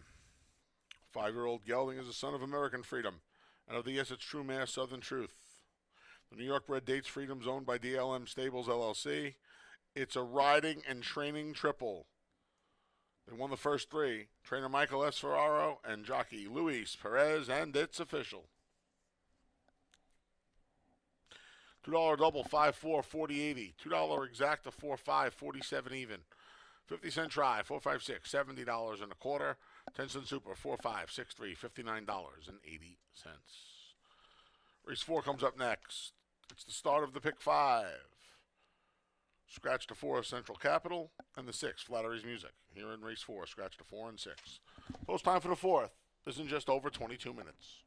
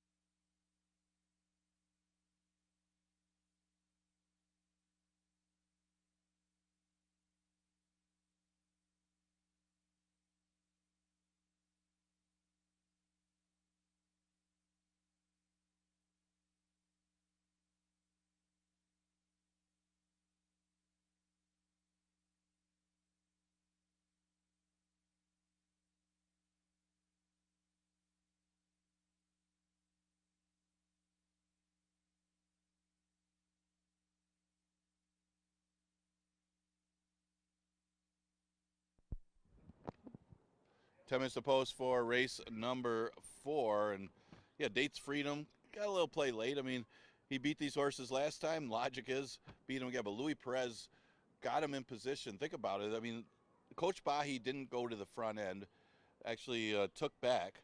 So Maddie's Express was out there. Dates Freedom was actually the one that was closest to Maddie's Express. It was a heads-up ride by Louis Perez to stay close to that pace, was in perfect position, and got first run on both Coach Bahi and Don't Poke the Cat. And that was the reason for victory. Perez already having a big day today. He's got 3 winners, all for Michael S. Ferraro. So the two of them have teamed up for a great Wednesday, and we just got started. The 4th race starts the pick 5. Exacta Tri Super and Daily Double also offered. Scratch the 4. Central Capital, scratch the 6. Flattery's Music. Start with the 1 horse. That's Baby Fade. We haven't seen any inside speed horses win yet, but we've only been through 3 races. Chased after Ouch That Hurt last time. Ouch That Hurt would be favored against these horses. Ouch That Hurt would be better than these. And Ouch That Hurt was coming off a layoff, but she ran her race. She was sharp. She got out well, and she closed to get the win after Bad Connection stopped. Well, Bad Connections is in here again, but is outside of Baby Fade. So we'll see how she works it with a break from that rail position. She's at odds of 7-2, but a logical horse coming off 2 straight second place finishes. Horse they're betting early is the 8 Band from Midway. I didn't think they'd get 8-1 on Band from Midway. So she's got some decent numbers, and she comes off a dominant victory against probably a little easier 5,000 claimers at Belterra. She was expected to do so. She was 1-2 that race. This is a half to Joya Rara, who just ran here yesterday. Same connections, and Band for Money, good form. She plays. Not sure why she was 8-1 morning line, but she's 6-5 right now. The other one I used in my top 3 was the 5 Sweet of Age. Actually used her second with Band for Money Midway third. Sweet of Age drops back to 5,000, and the last time she was in for 5 was off the layoff, and she ran second in the waiver claim behind Wartapped. Good enough to be right there again. Look for her to be a player in here. Not getting much for early action yet at 6-1, but she certainly should be a factor in race number 4. This race starts the pick 5. Exacta Tri Super Daily Double also offered. Scratch the 4 and 6.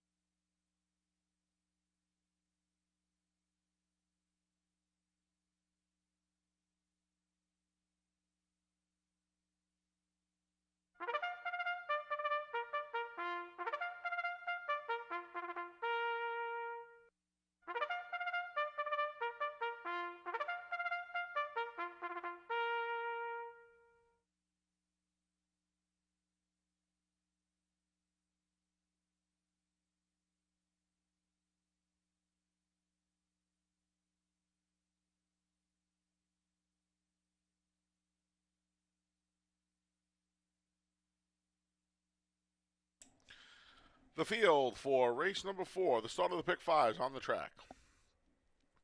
The 1 is Baby Fade with Joel Cruz.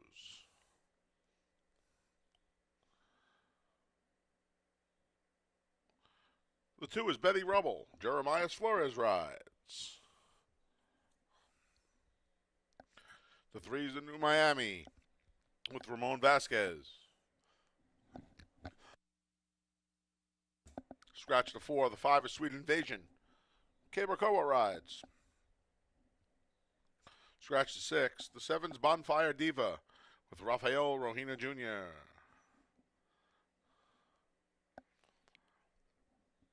The 8's Band from Midway.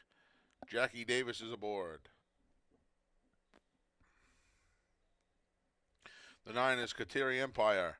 Anthony Rodriguez rides. And the 10 is Bad Connection with Nazario Alvarado. Field of 8, going to go 5.5 furlongs here. kick off the pick 5. See that horse right there, Baby Fade? She is my best play of the day. When I saw 2 scratches in the race, I was a little afraid at first. And then I saw who they were, and I was not afraid anymore.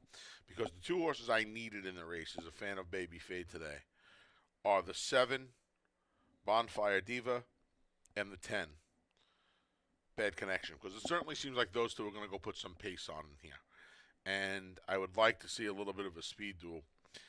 Banned from Midway, shipping up from Belterra, is taking a ton of money in here. She wins, I lose. I will say that right now. And I also think there's a chance she's part of the pace scenario in here. I would love to see Joel Cruz break running. Just let this mare settle in, Baby Fade. She ran behind Paul Bauer runner, and ouch, that hurt. She chased Determined Love a couple of times, and that one got loose on the lead out of some fast races. I just think all she has to do for Carlo Callahan is sit and make one run off the speed, and I think Baby Fade gets her picture taken today. I like her a lot. She's 3-1 right now. The 5, Sweet Invasion, ran well off the layoff and for the waiver behind Wartap. Just gave Wartap all she could handle, and then she took a little bit of a step up in class off that race. I kind of don't blame Jim Aquilano for it, but the water got a little too steep for her. Back in for the nickel. She, too, could use some pace help in front of her. See if they can back up and she can come running late. And I think Bonfire Diva, who's in really good form right now, has a chance to hang on for a piece of this, especially if the favorite, if Banned from Midway, is aggressive. Maybe Rohina can call a little bit of an audible. She's a square price at 7-1, too, for the form she's in. You know, when you get down to this nickel level, it's so hard to keep good form. And it's the main reason I like Baby Fade today. I think she's going to get a good trip, and she's just kept her form at the bottom levels. And it's very, very difficult to do that for horses. So both Baby Fade and Bonfire Diva have done that this year especially. 157 for me. Best of luck here as we kick off today's Pick 5.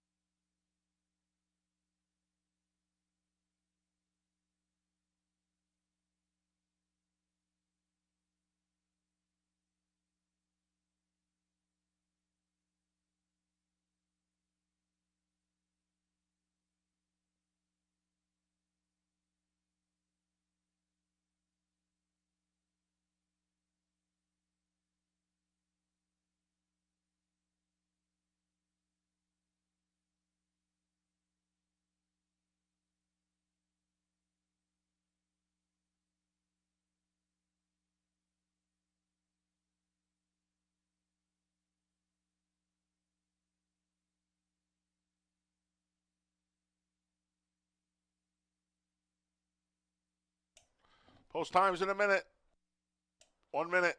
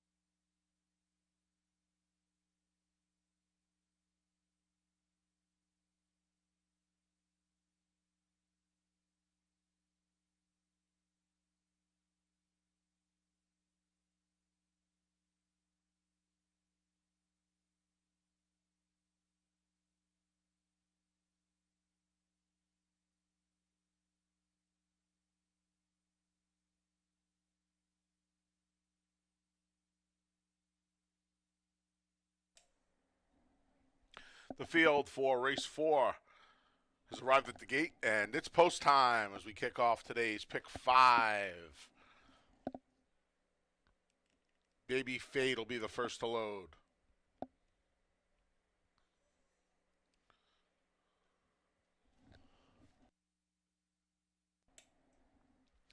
Betty Rubble goes in.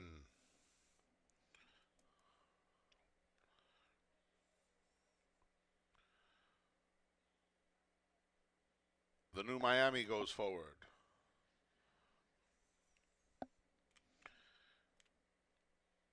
Here's Sweet Invasion.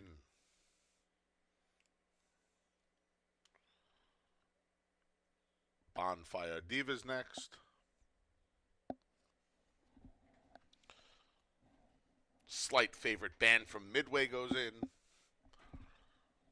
Couple of long shots. Round out the field. Kateri Empire. And Bad Connection.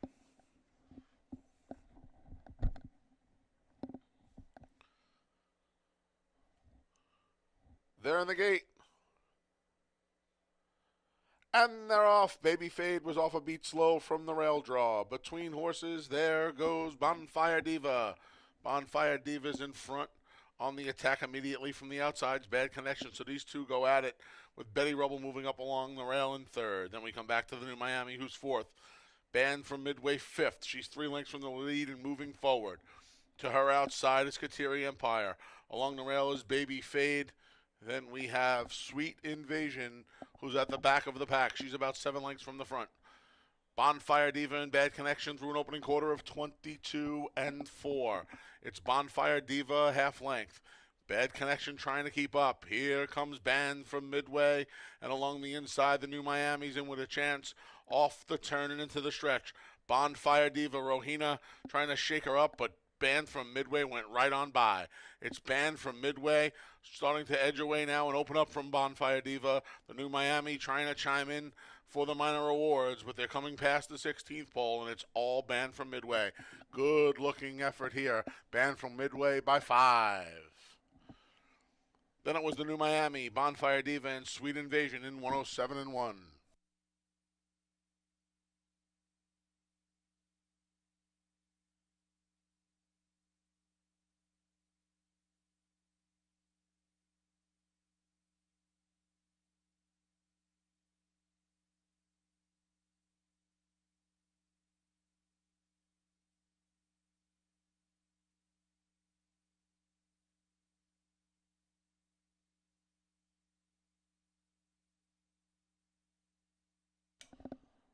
Number 8, Band from Midway was first. 3, The New Miami second. 7, Bonfire Diva third. 5, Sweet Invasion was fourth.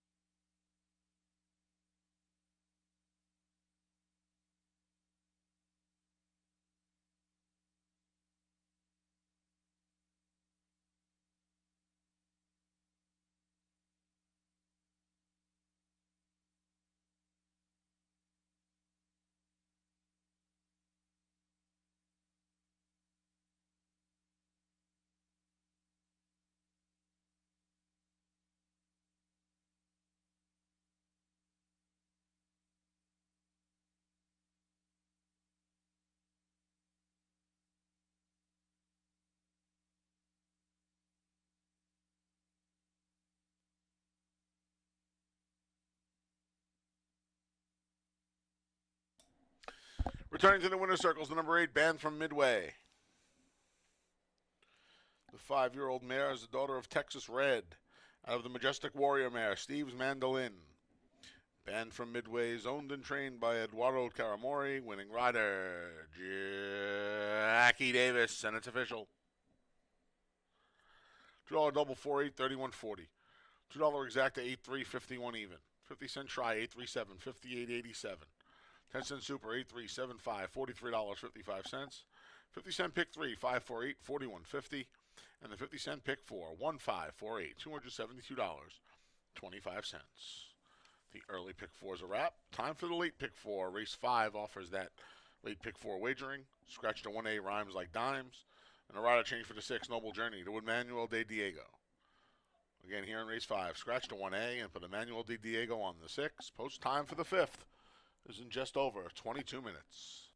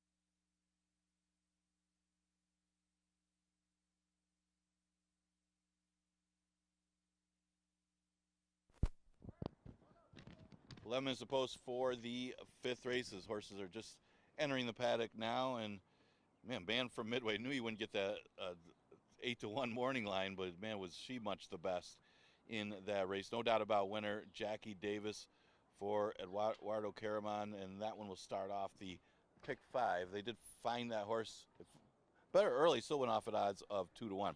Rhymes Like Dimes scratched out of the 5th. That's the 1A. Emmanuel Di Diego is going to be on the 6th. Pick up that mount, Noble Journey. And looking at the board right now, you got a couple that are getting, well, nobody's really heavily bet. I did go with the 3 CJ's Grand Slam as a slight favorite in here, or a slight choice in this one, I should say. Last time got bottled up behind the speed when Stone Guitar got the lead, beat him to the punch, and he was stuck inside. And when he was stuck on that rail, he got bottled up behind Stone Guitar, and Stone Guitar ended up not coming back at all. And this one, just that wasn't his thing. The dirt kicked in his face being behind horses. Today, you think that he can break from that position and get out there with the speed of Bowing Snowman and Son of Darkness. Not sure if inside speed is that good today from what we've seen so far, but CJ's Grand Slam certainly needs to have be able to see what's in front of him, and maybe a chance to do so today at odds of 2-1. The one horse is Tacony Road. Tacony Road, consistent horse, just keeps closing. Last time ran second behind a good one, Doc Advantage, who was a heavy favorite. And Doc Advantage had just beaten a tougher Lifetime Condition before entering there, and was just so much the best. So Tacony Road ran another good race. And the other thing with Tacony Road is all 3 of his career wins have been at 6 furlongs. So maybe going to 3/4 with no Doc Advantage in here is enough to get this horse to the winner's circle. Still obviously a top 3 threat in this race. The 6 horse Noble Journey, another one. I think you can forgive the last race of Noble Journey. Noble Journey ran second behind a really sharp stablemate in New York Anthem, but then was also in that Stone Guitar race where the speed didn't come back and he was forced to chase a little bit more. So, maybe a different scenario today, and it seems like those outside trips aren't that bad so far, the first 4 races on the card, and he'll get a fast racetrack today. This race starts to pick 4. Exacta, Tri Super, and Daily Double Offered. Scratch the 1A. Rhymes Like Dimes.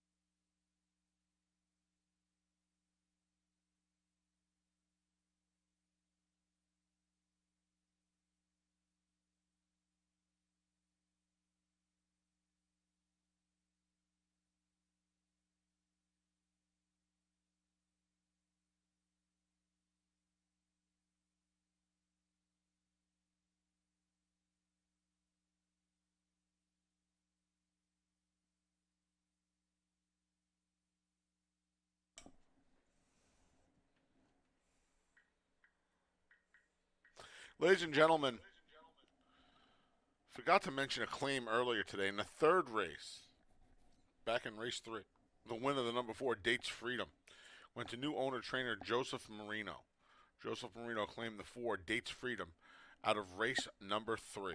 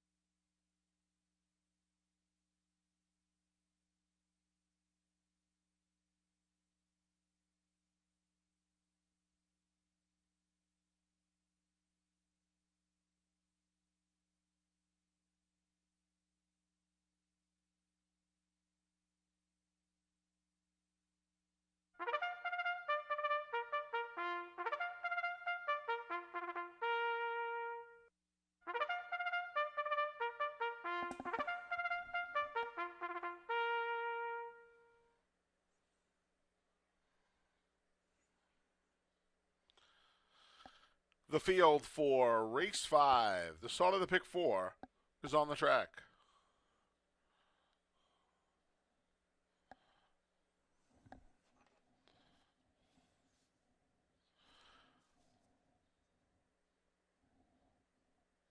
The 1 is Tacony Road with Nazario Alvarado. Scratched a 1A, rhymes like dimes. The 2 is Wahil with Andre Worry. The C is CJ's Grand Slam. Luis Perez looks for win number 4 on the card. The 4 is Bowing Snowman with Rafael Rohina Jr. The 5 is Son of Darkness. Jackie Davis looks to go back-to-back. And the 6 is Noble Journey. Please note the rider change to Emmanuel De Diego. Post time's in a little over 3 minutes as we kick off today's late pick 4. I went to the 2 Wahil. Fresh gelding for Mr. Paul Barrow, who's been on fire as of late. Source went to the bench in October, a little earlier than most. And he only ran 6 times last year, but he was pretty good early in the year at Aqueduct, and he rattled off 2 in a row upon his Finger Lakes return. A couple of solid seconds in this level. And then he ran off the board and hauled something to the bench, like I said, about 6 weeks before we closed up shop for 2023. Fresh gelding. He's got a solid work tab. He's got a bullet on there back in May. 4 more works since that one. Wrapped up with a 101-1. Most recently on June 8th. Paul has great numbers. 6 months more, winning at 28%. And this is one of his main riders. Andre Worry, Jeremiah Flores, these guys, Kevin Navarro. When you see those 3 names especially, keep an extra eye on them. I like Wahil in here today. I cannot believe the price he is. We still have a few minutes to post, handful of minutes. We'll see how it shakes out. The horse they're making the favorite, CJ's Grand Slam, raced well first time for Michael Anthony Ferraro to start the season behind Pompous Prince. And then he came back and he just had no excuse. Maybe, I shouldn't say no excuse. The rail really wasn't the place to be yet when he raced against Skolgatar and Tacony Road. But man, he didn't do much running at all. And he didn't even show his speed. And that's always a problem. You always worry about that after the layoff. He's 5 years old. He's only made 13 starts. So these are things that bother you. And with a fast horse right to his outside and Bowling Snowman, Son of Darkness has plenty of speed. You have to think he's going to be kept company on the front end, and he's just hard to take on top at a short price. I put him second. And then I wrap things up with Tacony Road. If it heats up, Tacony Road could come running. He's gotten some decent paces. That's my biggest problem with him. And he really hasn't come running. In fact, he started the season, which is just 2 months ago, better than he's kind of wrapped it up. 2 of his last 3 have not been very good figs. Even though he was second last time at the Dock Advantage, it was a long way back. He broke slowly. So he would need to rebound in here. He's supposed to get the right setup. There's supposed to be some speed in here. So I put him third. 2, 3, 1. Good luck if you're playing the pick 4. Got about 2 minutes to post.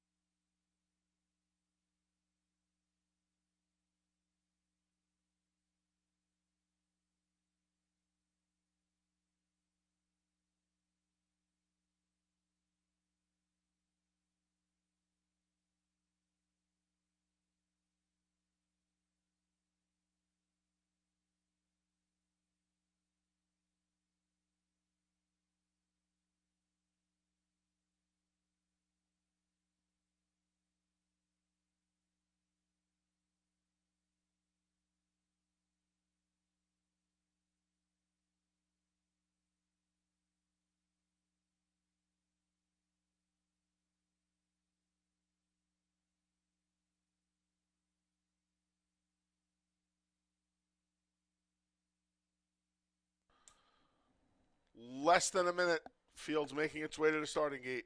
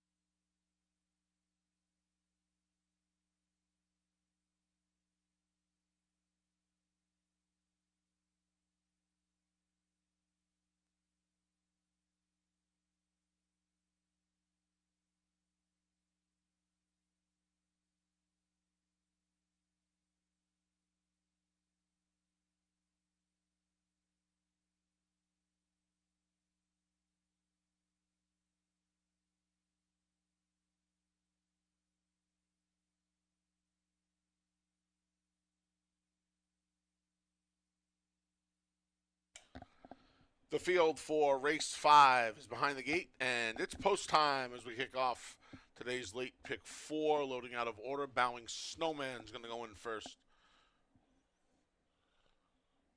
Longest shot on the board at 23-1.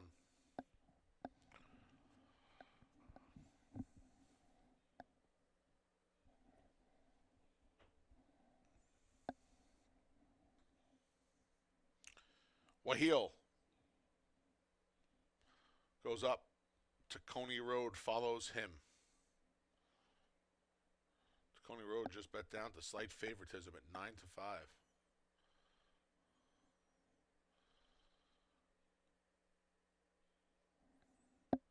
Here's CJ's Grand Slam.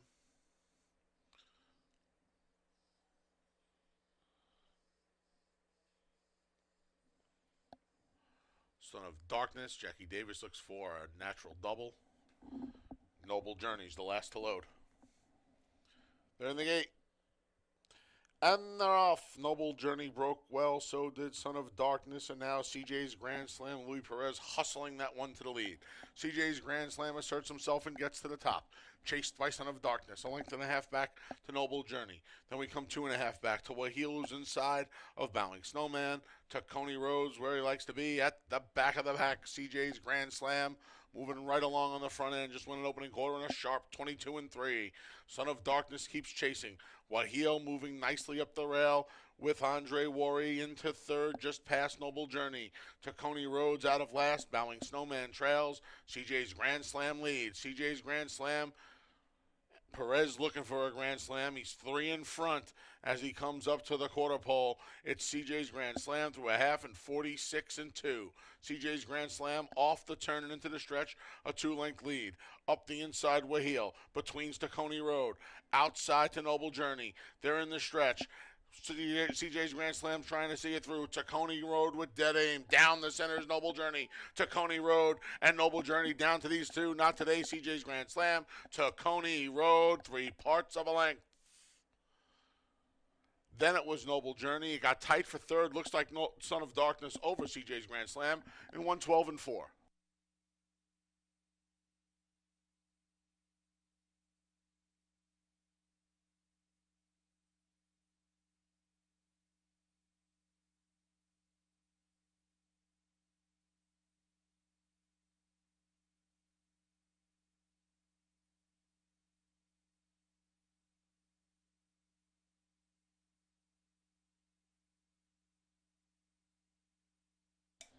Number 1, Tacony Road was first. 6, Noble Journey second. It's a photo for third.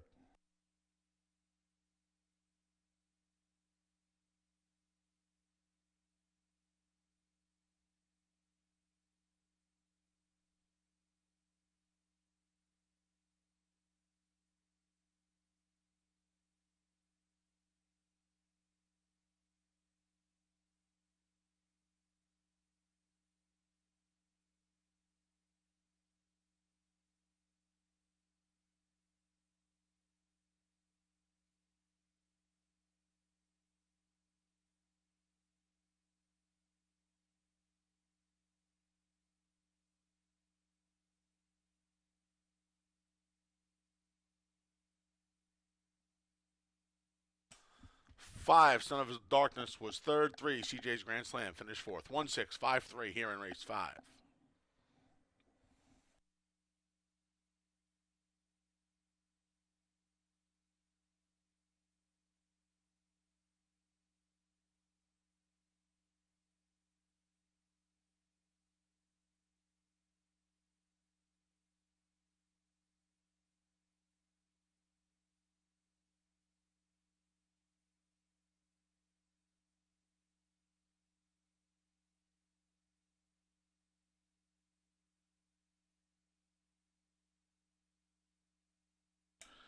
Turning to the winner's circles, the number 1, Tacony Road. 4-year-old gelding's the son of Klimt out of the No Biz Like Showbiz mare Finger Painter. The New York bred Tacony Road's owned by and trained by Timothy P. Murphy, winning rider Nazario Alvarado, and it's official. $2 double 8-1 30-40. $2 exacta 1-6 41-20. 50-cent try, 165, $49.37. 10-cent super, 1653, $20.42. 50-cent pick 3, 481, $28.50. Race 6 comes up next. Kicks off the final pick 3 of the day. No changes in race 6. Post time for the 6th in just over 23 minutes.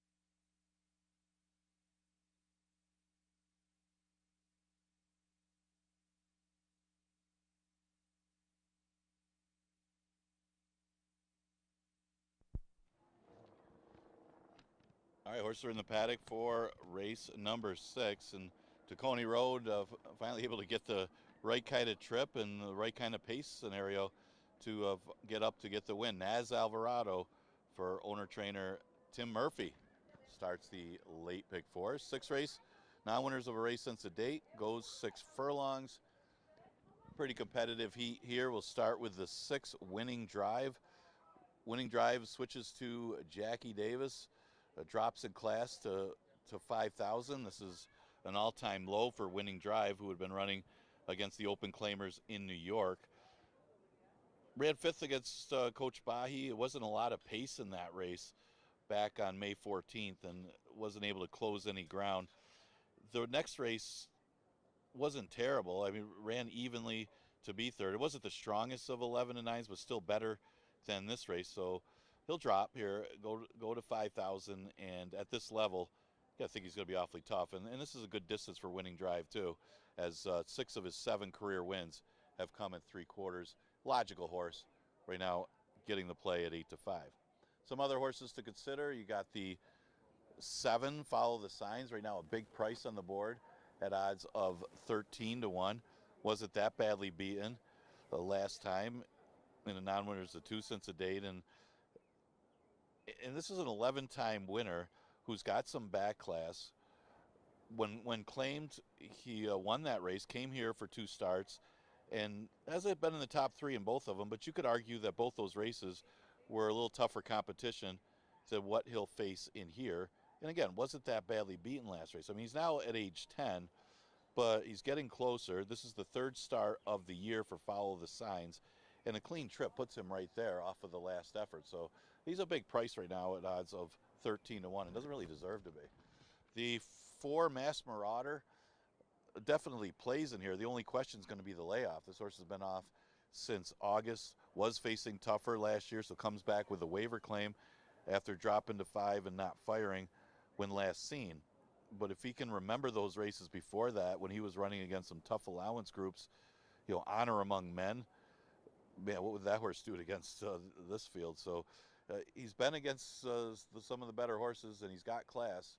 Again, the big drawback is going to be the fact that it's his first start since August. That's 11 months away for Mass Marauder. Horse they kind of like underneath, but maybe not necessarily on top, is the 3 Tuck a Buck Away. A lot of seconds for Tuck a Buck Away, especially at this distance. He's 1 for 17 with the 4 seconds. He's actually a little better at 5.5 because he's got that 1 run. But the horse is consistent. He always fires.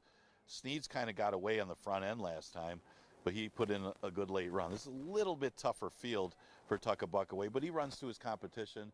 And if you're playing tries as supers, he's a good one to add in race 6. Exacta Try Super, Daily Double, and Pick 3 starts in race number 6. You got about 8 minutes to post.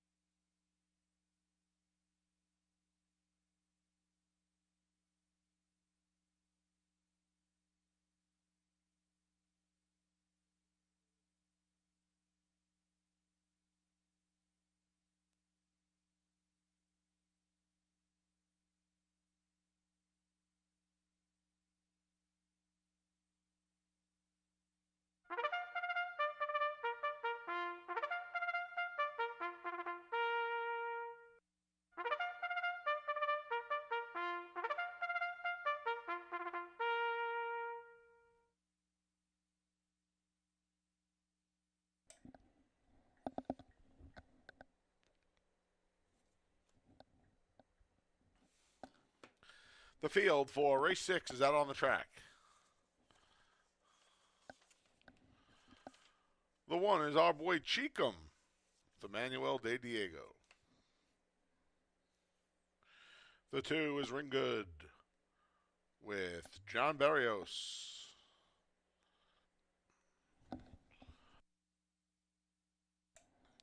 The 3 is Tuck a Buck Away with Michael DeVilla Jr. The 4 is Masked Marauder. Jose Baez rides. The 5 is Blue City with Jeremiah Flores.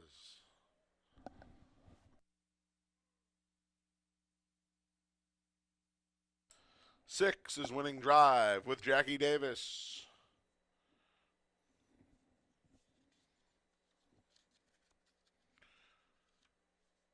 The 8 is Victory Built with Stephen Frett.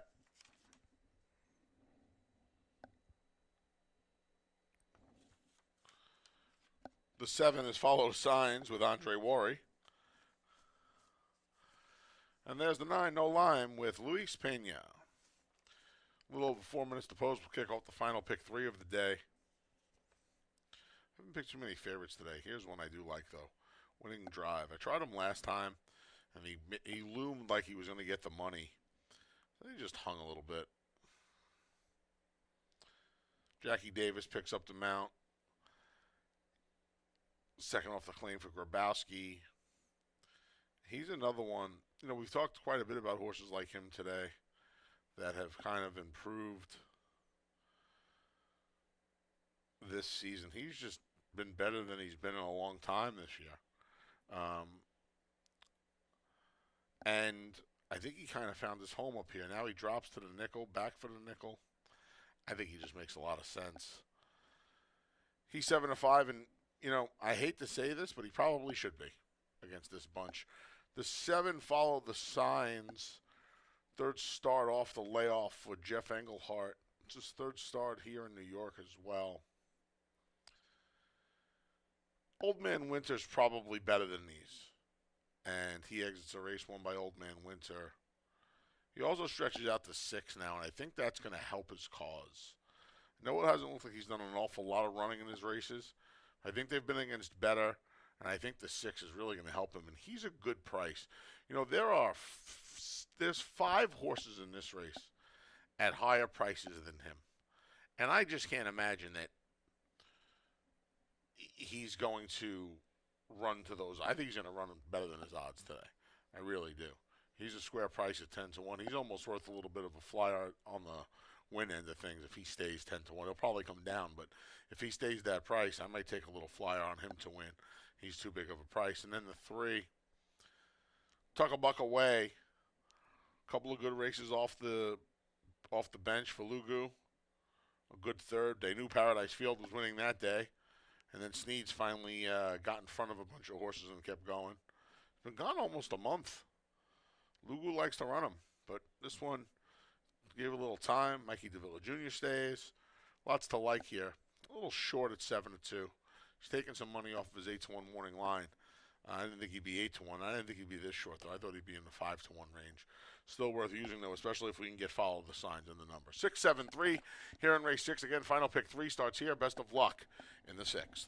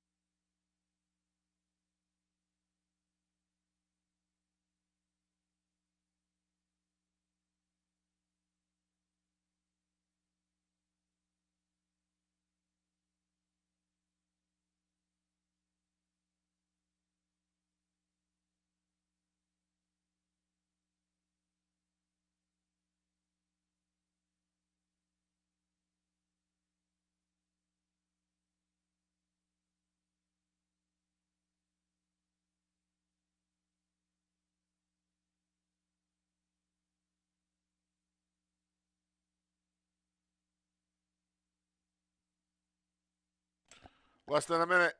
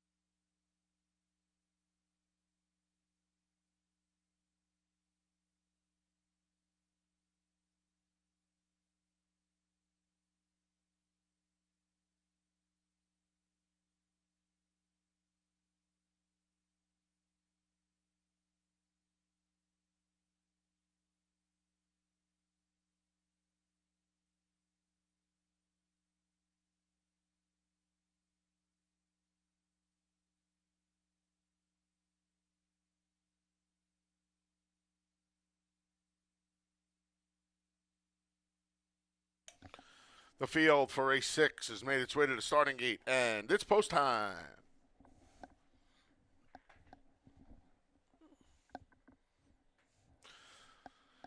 Kick off the final pick 3 of the day. Our boy Cheekham, the first in.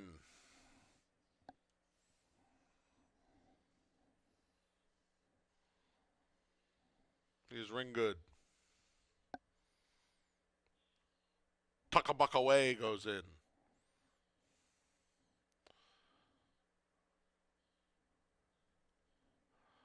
Masked Marauders next.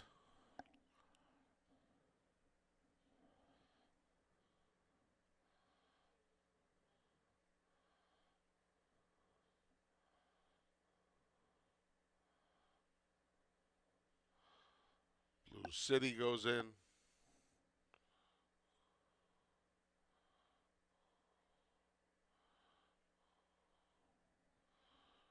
Winning Drive, your favorite, goes up. Here's Follow the Signs.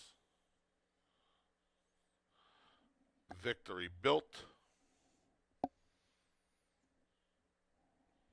And the big long shot, No Line.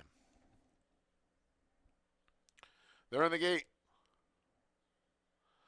And they're off. Off just a touch slowly there was Follow the Sign. Victory Built for the lead. Along the rail, here comes our boy Cheekham. Between horses, both Tuck a Buck Away and Masked Marauder. The gray, No Limes on the outside in 5th. Dropping back a bit's Blue City, passed by Ring Good. Then Follow the Signs, and the trailer is Winning Drive. The favorites got a lot to do early here as our boy Cheekham leads through a 23-3 tepid opening quarter. Chased by Tuck a Buck Away between Victory Built's 3 wide. Along the inside in 4th is Masked Marauder, 4.5. From the front, then No Lime from the back. Here comes Winning Drive, just past Blue City. He has Follow the Signs to his outside. Ring Goods at the back. Our boy Cheekham and Tuck a Buck Away, hook up. Tuck a Buck Away outside. Our boy Cheekham inside. 47-2 for the half. Masked Marauder plugs away at the inside. Down the center, here's Winning Drive. Past the 3/16 pole, head into the 8th pole. Our boy Cheekham still there. Our boy Cheekham put Tuck a Buck Away.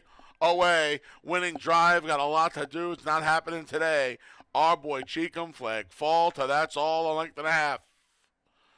Then it was Tuck a Buck Away, Winning Drive, and Masked Marauder in 113-2.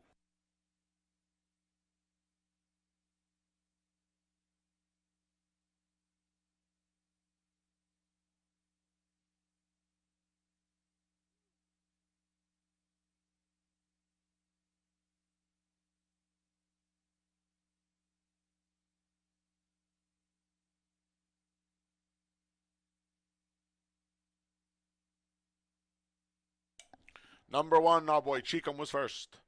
3, Tuck a Buck Away, second. 6, Winning Drive, third. 4, Masked Marauder was fourth.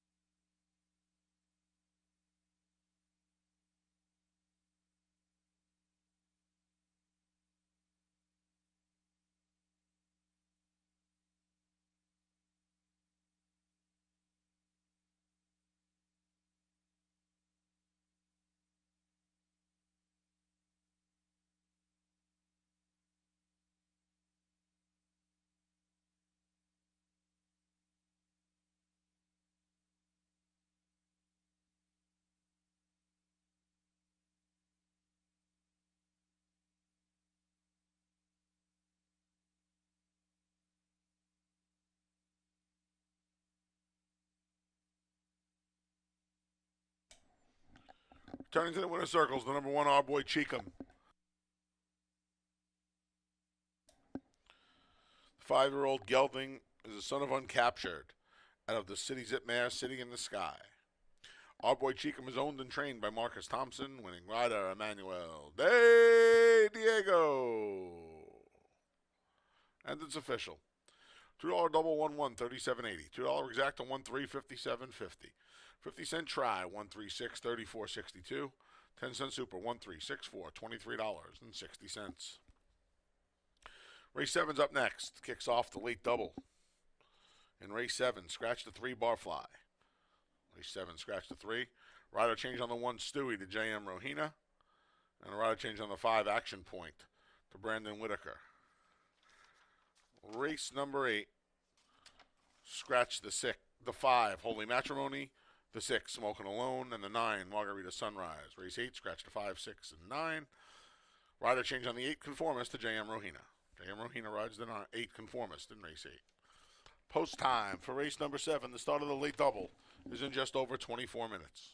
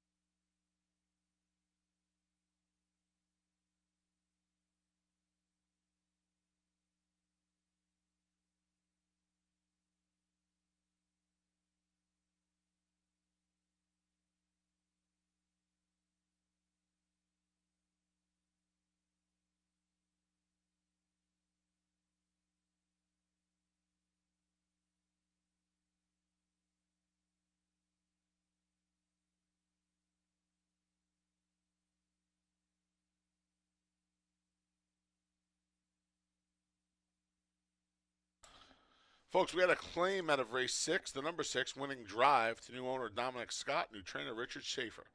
New owner Dominic Scott, new trainer Richard Schaefer, they claim the 6 Winning Drive out of race 6.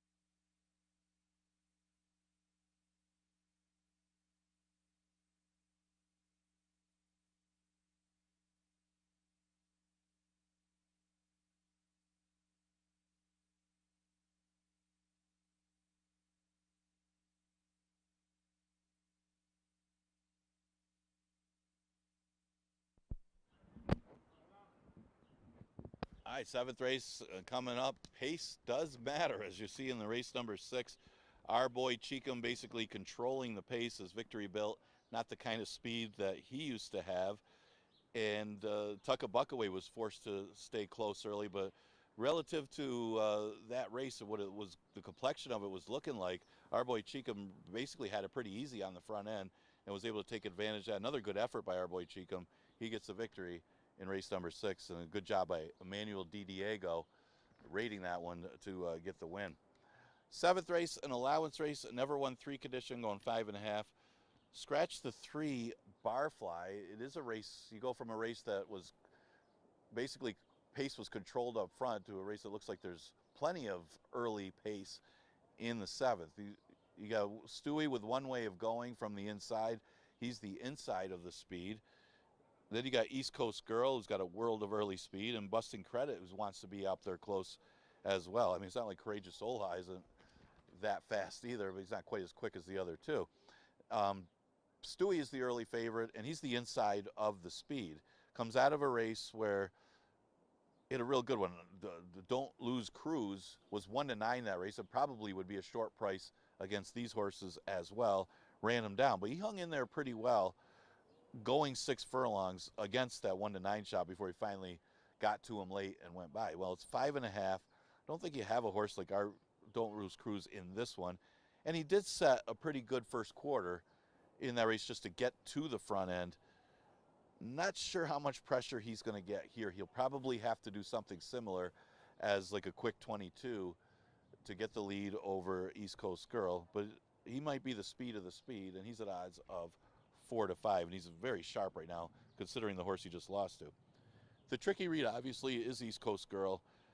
Dropped him to 5, wasn't put in for the waiver last time and was off since August, but faced such a weak 2 lifetime field that he just cruised on the front end. It was more like a public work for East Coast Girl.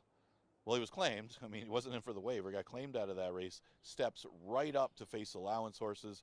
Obviously, he's got the numbers in the past, and the time wasn't, even though he wasn't really given much effort, the time was actually pretty good last time as well. So this horse could be legit, and he's at odds of 5-2, despite stepping up. Remember, Carl O'Callahan, he's got a horse in the last race today that he claimed for 5,000 and stepped up to allowance and won in the 1 state bred, talking about Stone Guitar. The other one that I used in the top 3 second was the 7 Busting Credit, and not really going out on a limb doing that because this barn is red hot, and this one coming off a win on a waiver claim, got a free one, and now steps up to face the allowance horses, where he was basically running most of the summer last year anyway, and consistently running well against decent competition. Question is going to be the tactics. Is he going to get hung out there as another horse with some speed? He's going to have an outside stalking trip nonetheless, and Busting Credit could be another one to consider off of the last number. He certainly plays as well. So 7th race will start the last double. Exactitri Super also available. Again, scratch the 3 Barfly.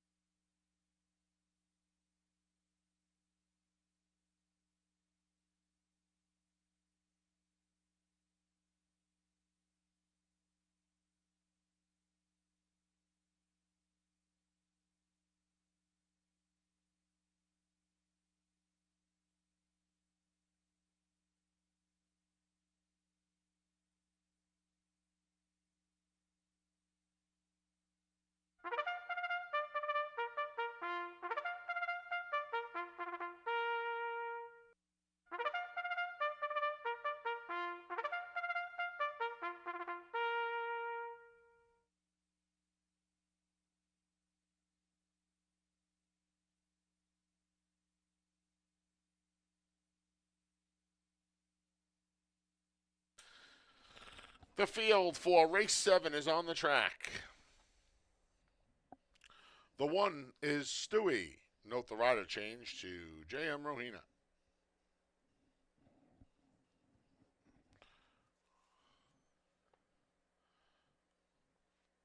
2 is God Bless America with Emmanuel De Diego. Scratch the 3, Barfly. The 4 is Courageous Ula with Nazario Alvarado.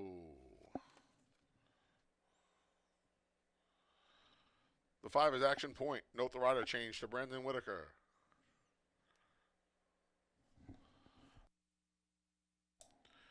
The 6 is East Coast Girl with Joel Cruz. And the 7 is Bustin' Credit with Andre Worry. All right, late double time. I landed on Bustin' Credit. And I would imagine that he's going to get a good trip outside of Stewie. Stewie has plenty of speed. Stewie's the favorite, and he should be. But I believe Bustin' Credit can get the right trip. Paul borrows horses ad nauseum already. They're just running. They're running really well. And this horse was no different coming back. And, I mean, he romped last time. And I don't know, off that race, I kind of feel like he's the right price at 5 to 1. He'll probably be right around that because they're going to keep betting on Stewie, and I don't blame them. But I love this horse's return last time. Worry stays, bumps him up to the allowance. This horse used to be an allowance horse, and he fit with the allowance types. I went with Busting Credit. The 1, Stewie, he's been in good form. He'll be on the lead from the rail. Not the rider change to J.M. Rohina. I think he's just going to try to blast off here. It's only 5.5. That might be the edge he needs over these. And Stewie's been in good form, and we'll see if he can keep going. And then the 6 East Coast Girl. Look, he was a bit of a ringer last time. He was in, and if he was right, he was going to win. He was more than right. He's been scratched at least once since, and been gone for 6 weeks now. You'd have liked to have seen more, but Cole Callahan thinks enough to protect him and run him in the allowance race. So, there's a version of East Coast Girl that crushes these horses. I don't know if that horse exists anymore, but we're going to find out in about 5 minutes if he does. 7-1-6 for me. I'm taking the best price, the 7 Bustin' Credit. Best of luck in the late double.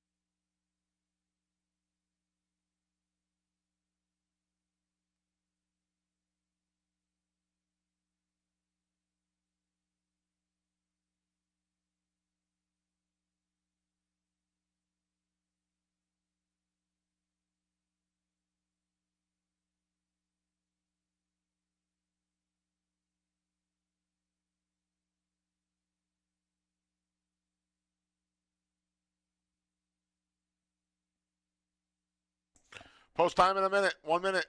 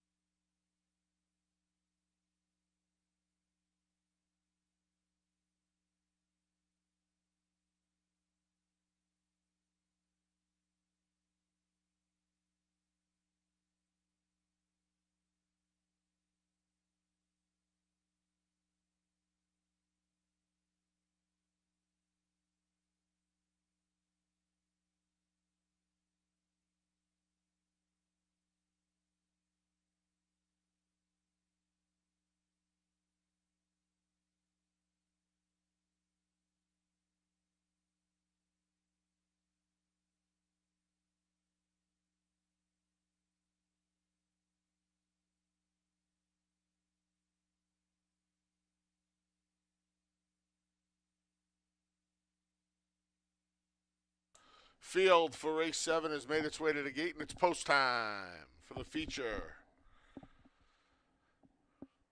Here's your favorite Stewie to go in first. God Bless America's next.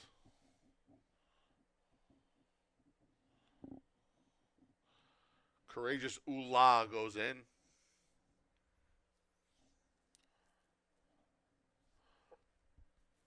Longest shot on the board and action points up.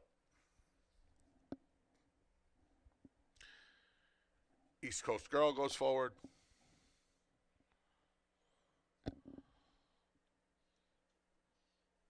Oh, rider's off Stewie there. Stewie acted up, and J.M. Rohina did a fantastic job staying on his feet coming out the back.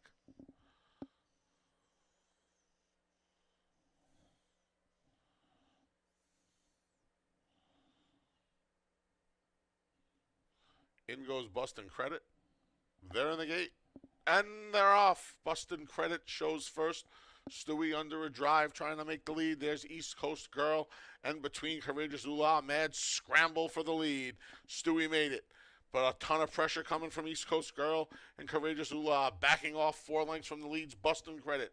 5 more to action point. God Bless America can see them all a dozen lengths from a speed battle up front. 22-1. Stewie, Courageous Oolah, East Coast Girl. That's from the rail out. Poised, 5 lengths from the lead, and starting to close in. Bustin' Credit. Behind him is Action Point. Nothing yet from God Bless America. East Coast Girl has taken the lead away from Courageous Oolah and Stewie. Bustin' Credit's coming, so too Action Point. Through a half and 46-3.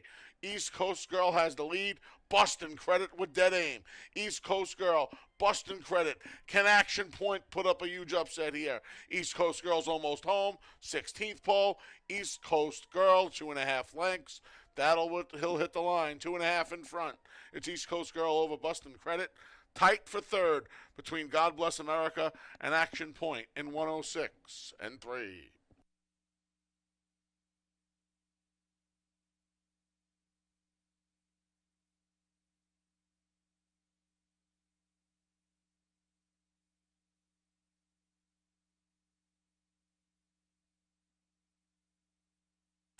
Number 6, East Coast Girl was first.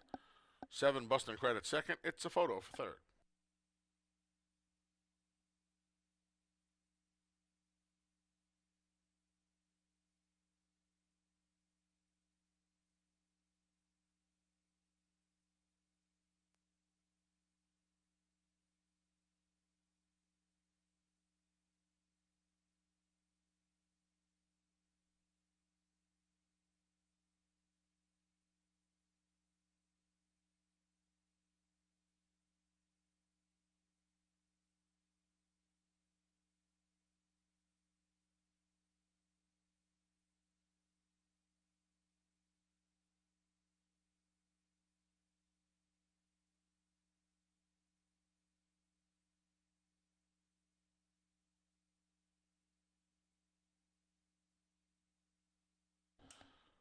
Number 2, God Bless America was third. 5, Action Point finished fourth.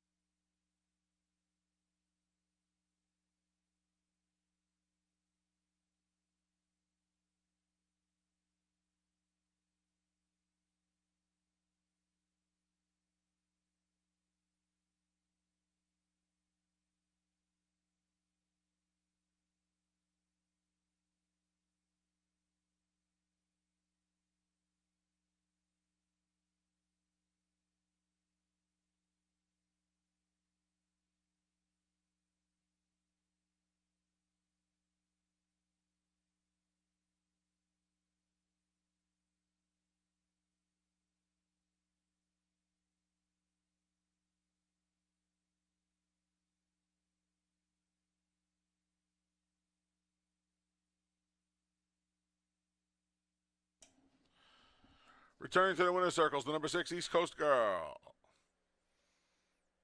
4-year-old Ridgeling is the son of Lauban out of the City Place mare, Mayaka City. The New York-bred East Coast Girl is owned by Island View Farm, trained by Carl O'Callahan, winning rider Joel Cruz, and it's official.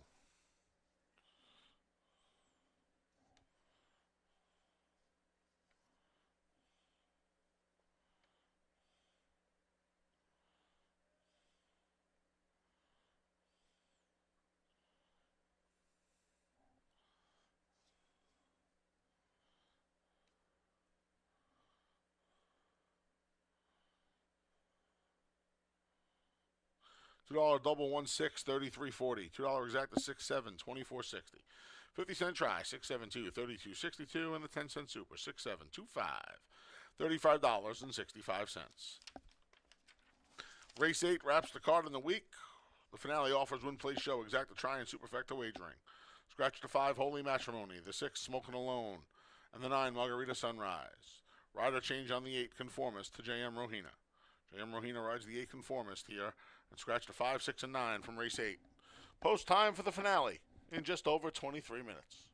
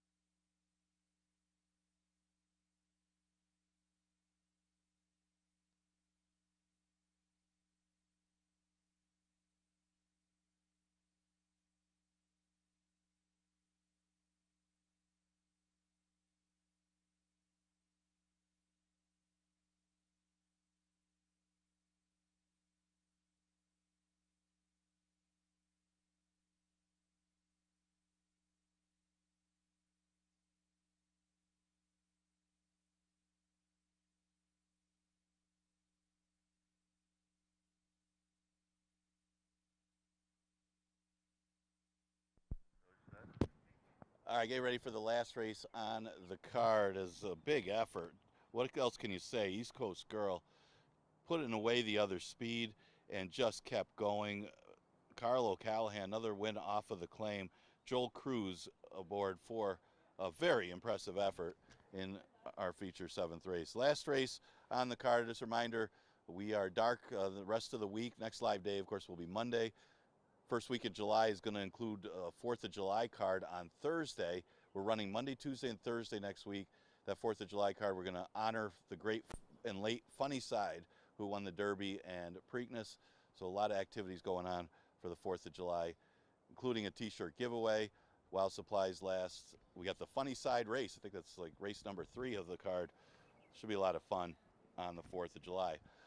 Last race is a 5,000 claimer. Looking at some of the contenders in here, you got number 1 Dylan dropping in class. You got the back class of Conformists, who won the Ontario County Stakes as a 3-year-old. Stone Guitar, speaking of O'Callahan, who won an allowance race off of the claim.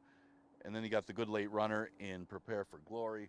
So you got a few you could make a case for. Pace flow could be important in here. Going with the recent class of number 1 Dylan. The last race wasn't good for this horse, and now takes a drop all the way to the bottom. Comes out of a good race, though, won by Limit Up with Nodaway second. Really tough customers. So this is night and day, a lot easier than what he faced last time. And again, he hasn't been within a couple lengths of the competition in the starters. But, you know, the drop to the bottom should certainly help. He's a strong player. He's at odds of 2-1. The current favorite is the 8, Conformist. He's got that outside speed. You figure the speed to be the 7, Stone Guitar. He's probably going to be the outside presser. Again, former stakes winner. One thing that's true about Conformist, he doesn't always win, but he gets bet, and he's going to get bet again. He's been a beaten favorite 3 of his last 4 races, going back to last summer and the start this year. It wasn't a bad effort for start of the year, and it was a little bit tougher field with the exception of course, number 1 Dylan wasn't in it, but you got to think that he might improve off of that race and would be no surprise in here. He's currently the favorite at odds of 8-5.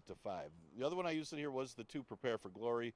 It's 6 furlongs, and if this pace takes its toll, the deep closer would be Prepare for Glory. He's truly at the mercy of the pace with his running style, but he may get that pace up front, so look for him to be closing late to at least make it into the number. Exacta Try is super offered in race number 8. They're going to hurry along to get to the gates. We've got a storm coming here. 7 minutes to post.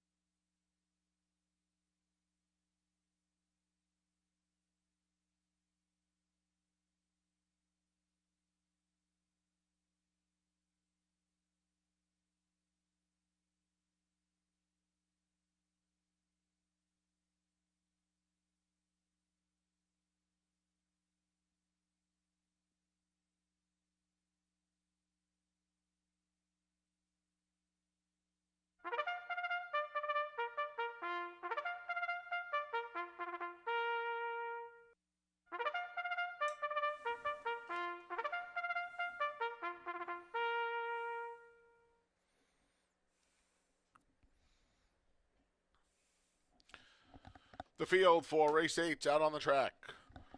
The 1 is Major Spin with Andre Worry.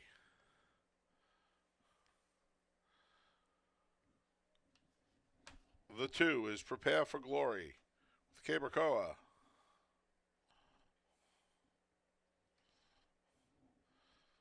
The 3 is number 1 Dylan. Jackie Davis rides.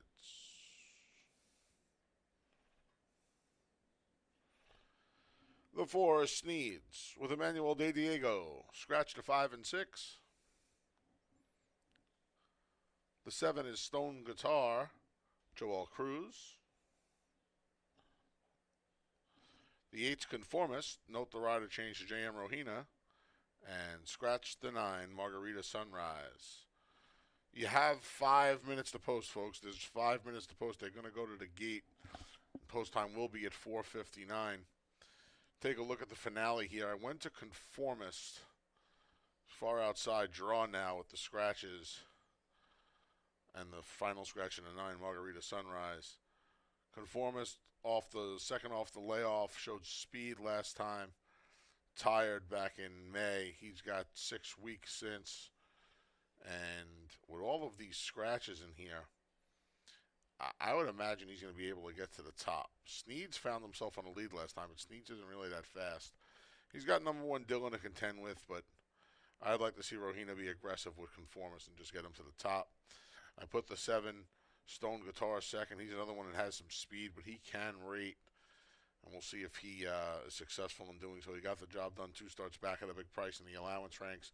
Now he's in for the straight nickel as Carlo Callahan and Joel Cruz look to sweep the late double together. And then I rounded out with the 3. Number 1 Dylan, who just hasn't been able to close the door as of late, all the way back to October of last year when he won for 9,000. But he's been showing speed and stopping, and he's been stopping a lot worse than he has in the past. The 7-year-old gelding, maybe he's lost a step now, and he's in for the nickel today like he was the last 2. See if he can get the job done. 8-7-3 for me. Best of luck. Don't forget, back next week, Monday, Tuesday, Thursday, the racing schedule next week. Post time all 3 days, 1:15. Funny Side Tribute Day on Thursday. Jack Knowlton, Jose Santos, his owner and rider, will be here. There'll be a T-shirt giveaway, commemorative photo giveaway. We'll have a silent auction with some Funny Side memorabilia. Take a look at some of his winning trophies. We'll be showing his races all day. On top of that, free programs, a couple of how-to seminars where you can win a $20 voucher just for attending. And, of course, Karuba's Barbecue Chicken will be back from 12 to 5 here on the clubhouse side. That's all next Thursday, Funny Side Tribute Day, Independence Day, July 4th. Special schedule next week, Monday, Tuesday, Thursday. Hope to see you out at Finger Lakes Gaming and Racetrack next week, especially for Funny Side Day. Post time's in 3 minutes. Horses will go straight to the gate in 3 minutes. Best of luck in the finale. Thanks for joining us this week. We'll see you on Monday.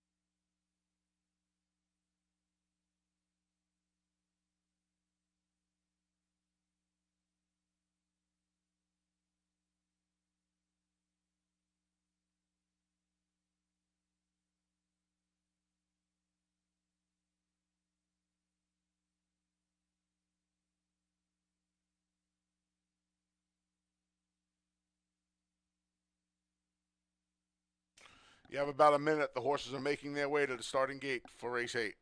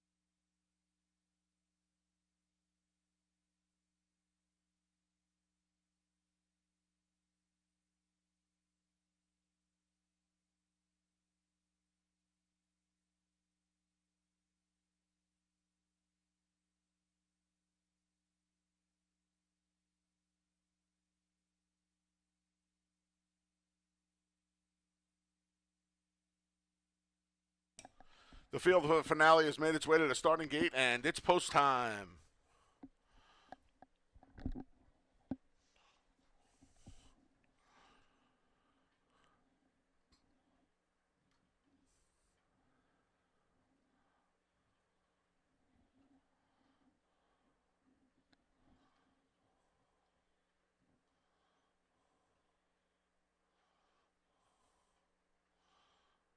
Major spin goes in. Here's Prepare for Glory.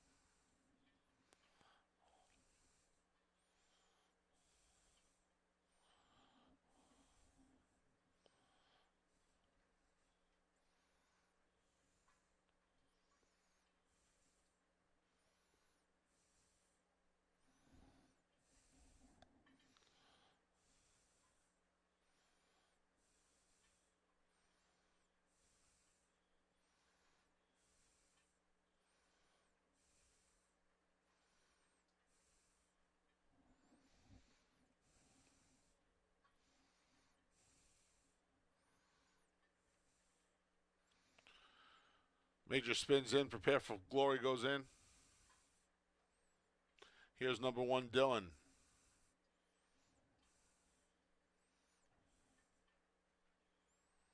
Sneeds is up next.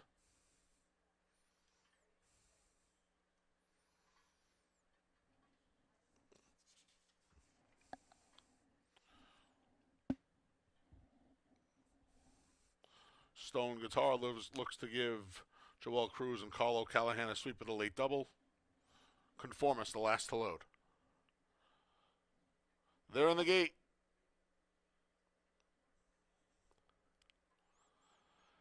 And they're off. Bit of a slow start there for Prepare for Glory. For the lead, that's Stone Guitar. He's in front, but he has a host of pursuers early. Number 1, Dylan the Gray at the rail. Behind them is Sneeds, and to the outside is Conformist. It's a gap of about 5 lengths back to Prepare for Glory. Major spins at the back. Stone Guitar made the lead. He's got a neck on number 1, Dylan, through a 23-1 opening quarter. Conformist is in third, moving up 3 wide. Sneeds just behind. Then we come back another half dozen to Prepare for Glory and 6 more to Major Spin. They're on the turn. Number 1, Dylan's put away Stone Guitar. Fresh challenge coming from Conformist. Up the inside comes Sneeds. From the back, Prepare for Glory. They're coming up to the top of the stretch, 47-1 for the half, and Conformist went right on by number 1, Dylan. Conformist starting to edge away from number 1, Dylan now as J.M. Rohina goes to work. Number 1, Dylan trying to hold second. Sneeds is coming, so too. Prepare for Glory. We'll pass the 16th pole. It's all Conformist in the finale. Conformist going to report home a 4-length winner. It's got close for second, but number 1, Dylan held off. Sneeds, Prepare for Glory rounds out the super. 113 flat for the 6 furlongs.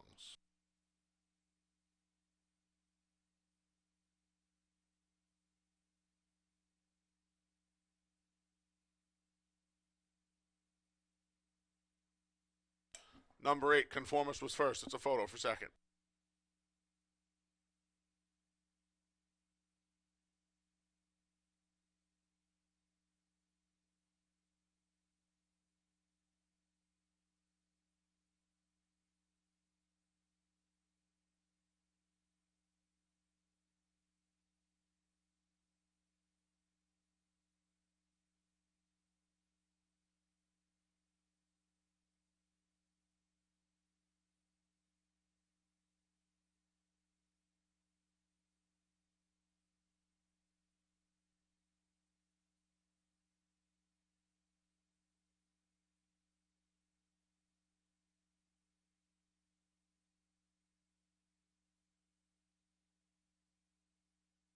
Number 3, number 1, Dylan was second. 4, Sneeds third. 2, Prepare for Glory was fourth. 8-3-4-2 in the finale.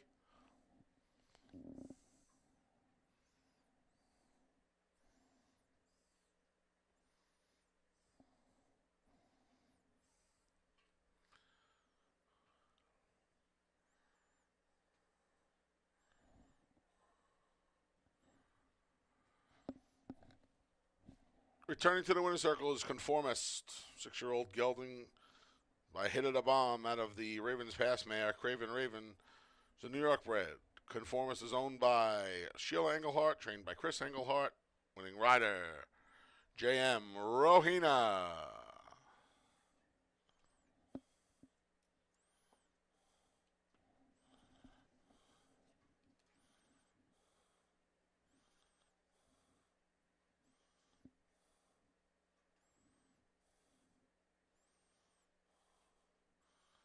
Official, $2 double 6-8, 1980. $2 exacta, 8-3, 13.20. 50-cent triple, 834, $11.85.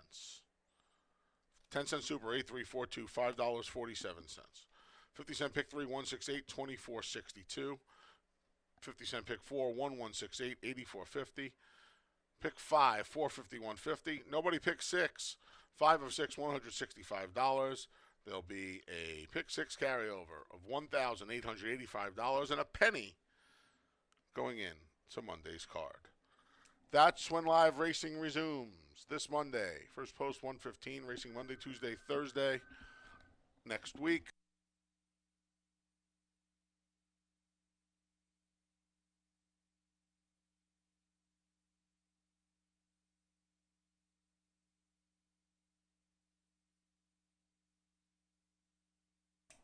Once again, live racing next week, Monday, Tuesday, Thursday.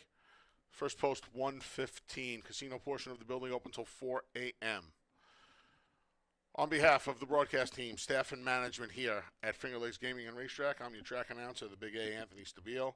Thanking you for joining us today and this week. Please arrive home wherever you're going safely. Have a great night. And folks, there was a claim in the finale. Number 7, Stone Guitar, the new owner-trainer, Donna Beretta. Donna Beretta claimed the 7, Stone Guitar, owner-trainer, out of the last race. We'll see you Monday.